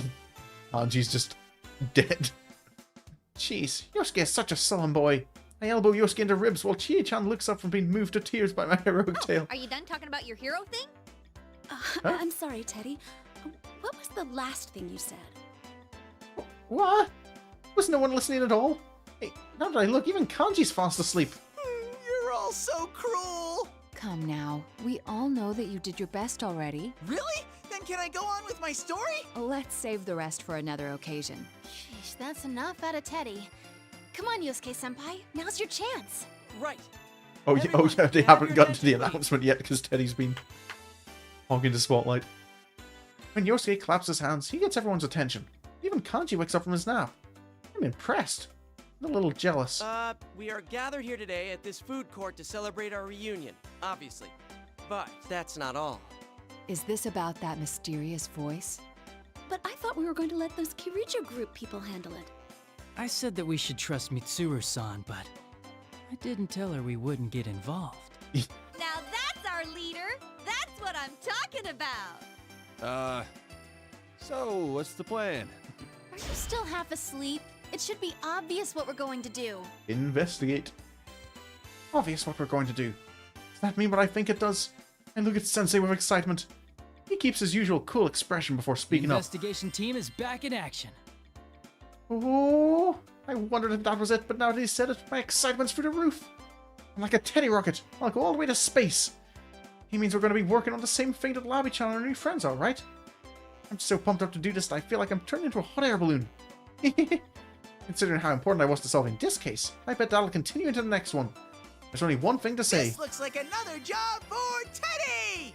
What? Where did that come from? When I say it, everyone promptly makes a jab at my comment. This is what a bond between friends is supposed to be. I can't wait for Labby-chan to come join in on the ribbing too. Oh, and Mit-chan and I-chan too, of course. If Aki changes his half-naked ways, I might even let him join in too. Best Golden Week ever is just getting started.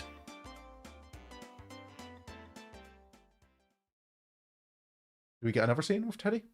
Oh, there's that it. Nope, that's it for Teddie. Alrighty. Made it through another 3 routes. So next stream on Thursday will be Naoto, Mitsuru, and Akihiko's routes. I might push and do Aigus's as well. That might push it to a 3-hour stream, but I might try and get Aigus in as well, which means I'll have this one. I don't know what this is. So I don't imagine it can actually be very long because we're at 85% complete in the story. So actually no, maybe it would be better to save it. Because I think I want to keep it on separate streams for starting episode P4. Oh, wait, I can zoom out on this thing? Not much, but like, oh.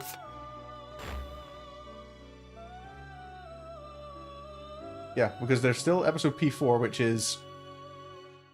It has content.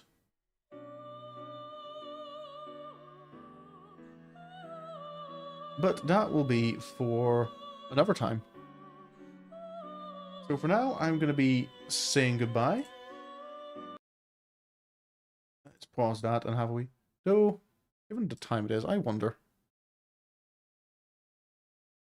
You know what? Yeah. Sapphire's live for once when I'm here. I might as well have a little raid. I don't often get to do this.